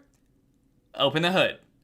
That's where the wheels are. Anyway, he's got a YouTube video called 15 Signs You're a Sigma Male and Is It Better Than Alpha? And I think it gives a really good glimpse into how alpha males feel about this new category of man. Sigma? Now there's a Sigma? What the is a Sigma? What's up, gentlemen? Yeah, I think it gives a pretty good glimpse about how they feel. What the fuck? I'm gonna run through these 15 traits of the Sigma male. I'll let you follow along, decide whether or not it's you, or if it's not, I don't care. But what I do care about after I'm done is telling you what you need to know and what you need to do to be alpha, sigma, or even beta. Because technically nobody wants to be a beta. I'm gonna tell you what not to do in order to not be a beta. Speak for yourself, dude. Trying to get dominated. So he reads through the traits of Sigma males and seems to get confused by a few of them. They have an ambiguous morality, which I have no idea what that even means. They have rusty social skills. Also not sure. They can fit into friend groups, but don't rely on them. They tend to have small but close friend circles. Wait, I thought you did say I didn't need a friend circle! Sort of being like, what? How could this person exist? The person who doesn't need a bunch of friends? Someone who's kind of a loner? What? How does everyone not want to be the center of attention all the time? That doesn't make any sense. Apparently, Sigma males don't really care about their appearance. They don't care about brand names. They don't care about what they wear. And this is something that I have an issue with. It doesn't matter how amazing you are. If you're not taking pride in your appearance, it doesn't matter how badass Sigma you are. You are not going to have the opportunities that you need in order to be all the things that a Sigma is supposed to be. It's really weird here. It's like it doesn't compute that someone could be like a successful, driven person without being like super interested in brand names and like hyper focused on their appearance. It's almost like he wants you to think that you can only be fulfilled in life if you follow his own fashion advice. Wear blue. There's nothing, absolutely nothing wrong with wanting to look good and look sexy, right? You gotta take care of your grooming, because if you're whack and you stink, people aren't gonna wanna hang out with you. No wonder you're a lone wolf. It kind of feels like the existence of this new term Sigma males is just like crumbling his worldview in front of our eyes. Like I said, I don't really see the point in likening yourself to a wolf or a tiger or whatever you want to call it. But I also don't think that you can deny that there are like people who like to be more alone that are successful, or people that don't care about their appearance as much that are successful. I don't know, it just kind of feels like he's trying to sell you his lifestyle, and he built his whole channel around the phrase alpha male because he thought that this was like the only cool type of man, and he's now finding out that there's like a different cool type of man, and he just can't handle it. Gentlemen, people form opinions about you in the first 3 seconds upon meeting you. And if you want to have the most opportunities you possibly can, you've got to pay attention to your style. Your clothes need to be good. Your accessories need to be straight. Gentlemen, if you want to check out the baddest ass, most affordable, amazing sunglasses out there on the market. Okay, yep, well, I don't think it can get any more obvious than that. That whole video was like, I don't really know if Sigmas exist. I kind of think that alphas are the only cool type of male, and I'm an alpha male, and if you want to be an alpha male, you've got to buy my sunglasses. Need to be straight. So yeah, there you go. That's kind of the eternal battle between the Sigma and the alpha male. Let me know in the comments if you're alpha, sigma, ligma. And with that being said, it is now time to talk about the sponsor of today's video, which is actually not that guy's sunglass company. It's Current. This video has been sponsored by Current. Thank you to Current for sponsoring this video. Current is a great sponsor for this channel because not only do they support my channel when they sponsor me, but they also support you guys by giving you money. Current is banking entirely on your phone. They're not like older traditional financial institutions that are always trying to hide information. They've got hidden fees and confusing contracts. Current is straightforward and as modern as they could be. They're upfront with all of their fees. It's simple, it's easy to use. You can do everything from right within their sleek and modern looking app. When you sign up for Current, you get a debit card just like this one. This is my Current debit card. And with Current, it's easy to like send money to friends, request money from friends, get paid, set up direct deposit, all of that. And like I said, they want to give back to you guys. So the first 100 people to sign up for Current using my code Danny100 will get $100. That's 100 people getting $100. All you have to do is go to current.com/Danny100 and use my code Danny100 to sign up for Current. Love it when Current sponsors my videos because it means that you guys get free money. So thank you to Current for sponsoring this video. Thank you to you guys for checking out Current. Go ahead and sign up, get your coin, get your free money while it lasts. Bye. What's up, Greg? It's me, Danny, back with another episode of Trust No One. Because the government's out to get ya, NASA's out to get ya, the NSA's out to get ya, and your sorry ass better believe that I'm out to get ya. Conspiracy theories seem to be like all the rage nowadays. I've seen so many YouTubers talking about conspiracy theories. I feel like because the internet has brought so many different groups of people closer together, it's very easy to find people who are also insane and believe in the same conspiracy theories as you do, and that allows these theories to grow and thrive on the internet. I don't know if you could hear that, but my guinea pigs just started screaming. I think I'm being watched. I'm sure by now a lot of you have heard about the flat earther conspiracy. Recently, I've seen flat earthers on the news and on talk shows where they stumble their way through their logic as to why they think the earth is flat and not round like everybody else on earth does. 9.8 meters per squared. Meters per second squared. They even have conventions where they get together, I assume, to talk about their ideas and how they don't have any friends anymore, and just to take pictures and yell, "We're not crazy." We're not crazy! Oh, that's very cringy. Not good. Not good. There's some serious levels of cringe going on with a lot of these conspiracy theories. And while I was looking for those educational memes that I made a video on last week, I stumbled upon these Instagram accounts that make conspiracy theory memes. I use the term meme loosely because they're not meant to be funny. They're meant to enlighten you. Some of them might be conspiracy theories you've heard, but others just might shock you. Conspiracy theorists claim this strange object was found in a 13th century ancient Sumerian tablet. It closely resembles a Nokia made in the year 2000. However, its keys are written in cuneiform. Is this proof of time travel? Now guys, I wish I had an explanation for this, for why this stone phone looking thing exists, but I really don't. There's really no explanation for it other than time travelers exist. At some point in the future, we're going to invent time travel. Scientists and secret agents and military operatives will go back in time to the 13th century BC with all the high-tech gadgets that they have in the future. They're gonna have top-of-the-line equipment, high-tech gadgets, and a Nokia phone that they stopped making in like 2002 or something. I don't really know how to explain this other than somebody probably just made this and it's a hoax, but why would, in the future when we have the ability to time travel, why would somebody take back a Nokia phone from like 10, 15 years ago? They just went back in time to like play Snake, I guess. And now, researchers have also found this mysterious carving on a stone tablet. I didn't want to believe it either, but I mean, it's on a stone tablet, so it's gotta be real, and it's gotta be a conspiracy. This was Iraq. This is Iraq on freedom. Any questions? I don't know about you, but I don't have any questions.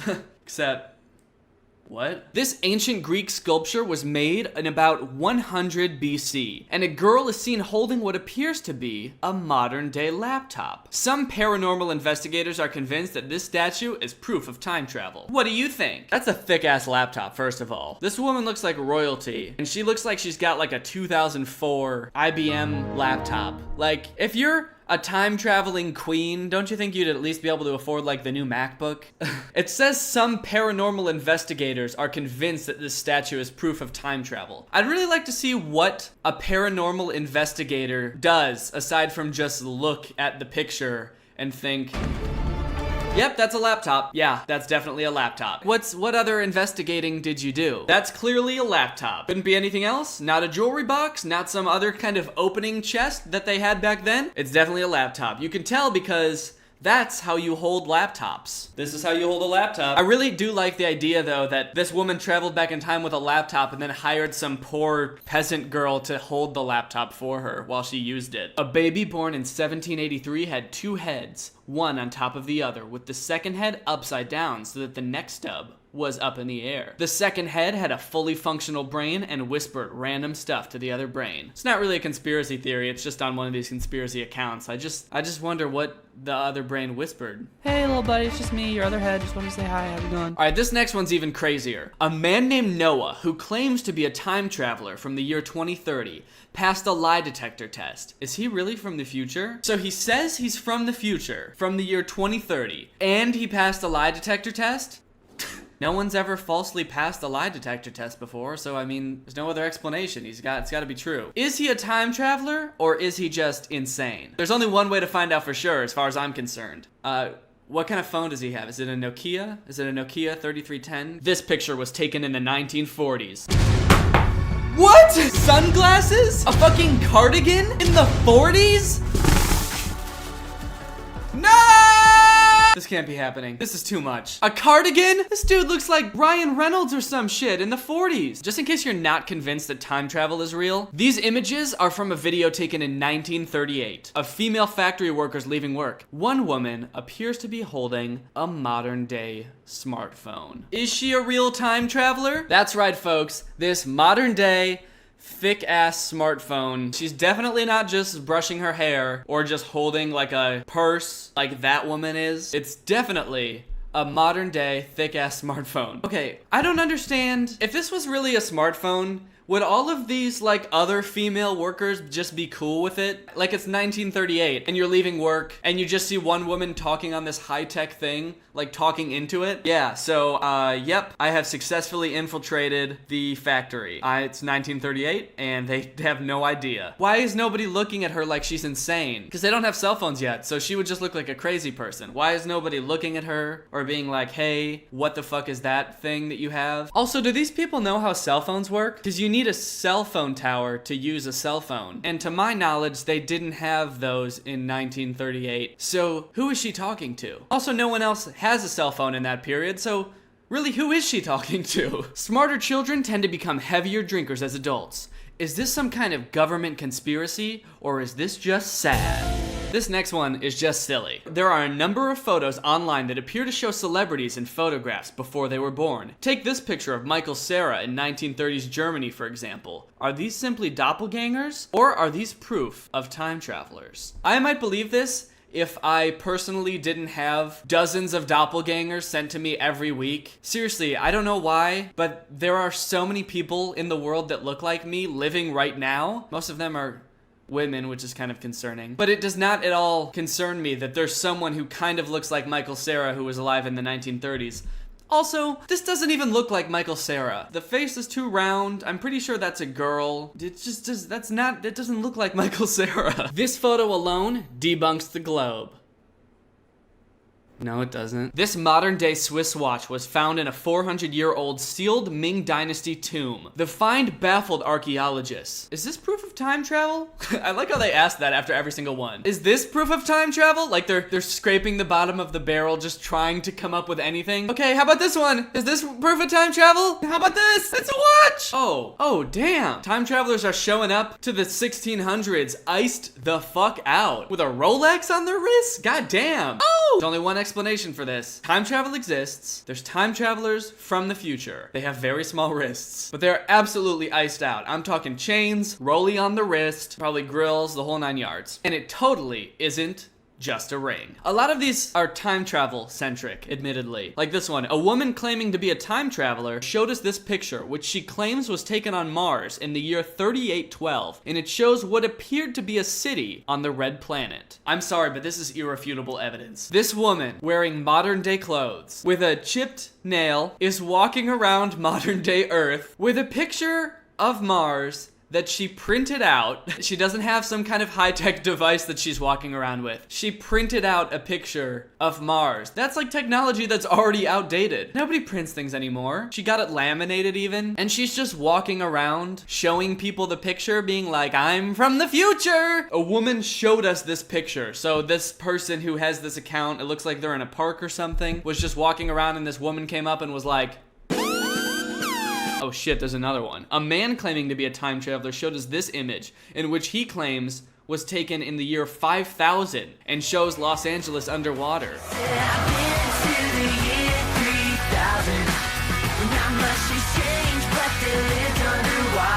Okay, were these two time travelers just walking around in a park together? So this is a picture that is definitely not photoshopped of Los Angeles underwater. Could this be the evidence we needed to finally convince the world that climate change is real? The future is fucked! It sure is. Government. Check any dictionary and you will find that govern means control. And mental means mind. Therefore, government means mind control. No! Think about it, they wouldn't call it mind control if it wasn't mind control. Conspiracy theories like these that are like the answer is hidden in plain sight just confuse me so much, because it's like, if the government was going to try to control your mind, why would they name it like, so we don't want people to know that we're controlling their minds, right? Well, how about the name mind control? Like, why would they make it so easy to figure out the puzzle? It's like those things where you see like the dollar bill and it's like, look, if you fold it this way, it's an eye. And the pyramid, if you count the number of things on all the stuff, then you get 9/11. It's like, why would they make a puzzle to figure it out? Why wouldn't they just not do that so that you can't figure it out? It's a game of Clue where they're like, we want to control your minds, but we also want to make it this fun little game where if you get it right, you win a prize. You figured it out. We're trying to control your minds. You win $1 million. All right, guys. Well, I hope you enjoyed these conspiracy theories. Hopefully, I blew your mind and made you question everything that you've ever known. If you enjoyed this video and you're not Greg, why? Why are you not Greg? Do you not know what Greg is? I will tell you what Greg is now. Greg is our family on YouTube. It's my fan base. Everybody who's subscribed with my notifications on is Greg. If you're not Greg, you're Craig, and fuck Craig. We're the fastest growing army on the internet. Do not look that up. We're actually the only army on the internet with access to time travel capabilities. So all you have to do to join Greg is subscribe and turn on my notifications. So you make sure you do that. Guys, if you want to join my Patreon or buy my merch, links to those are in the descriptions below. Thank you, Grace Motley, for turning on my notifications. You are truly Greg. I'll see you guys next time with a very interesting video where I go around kicking high school janitors in the knees. Bye.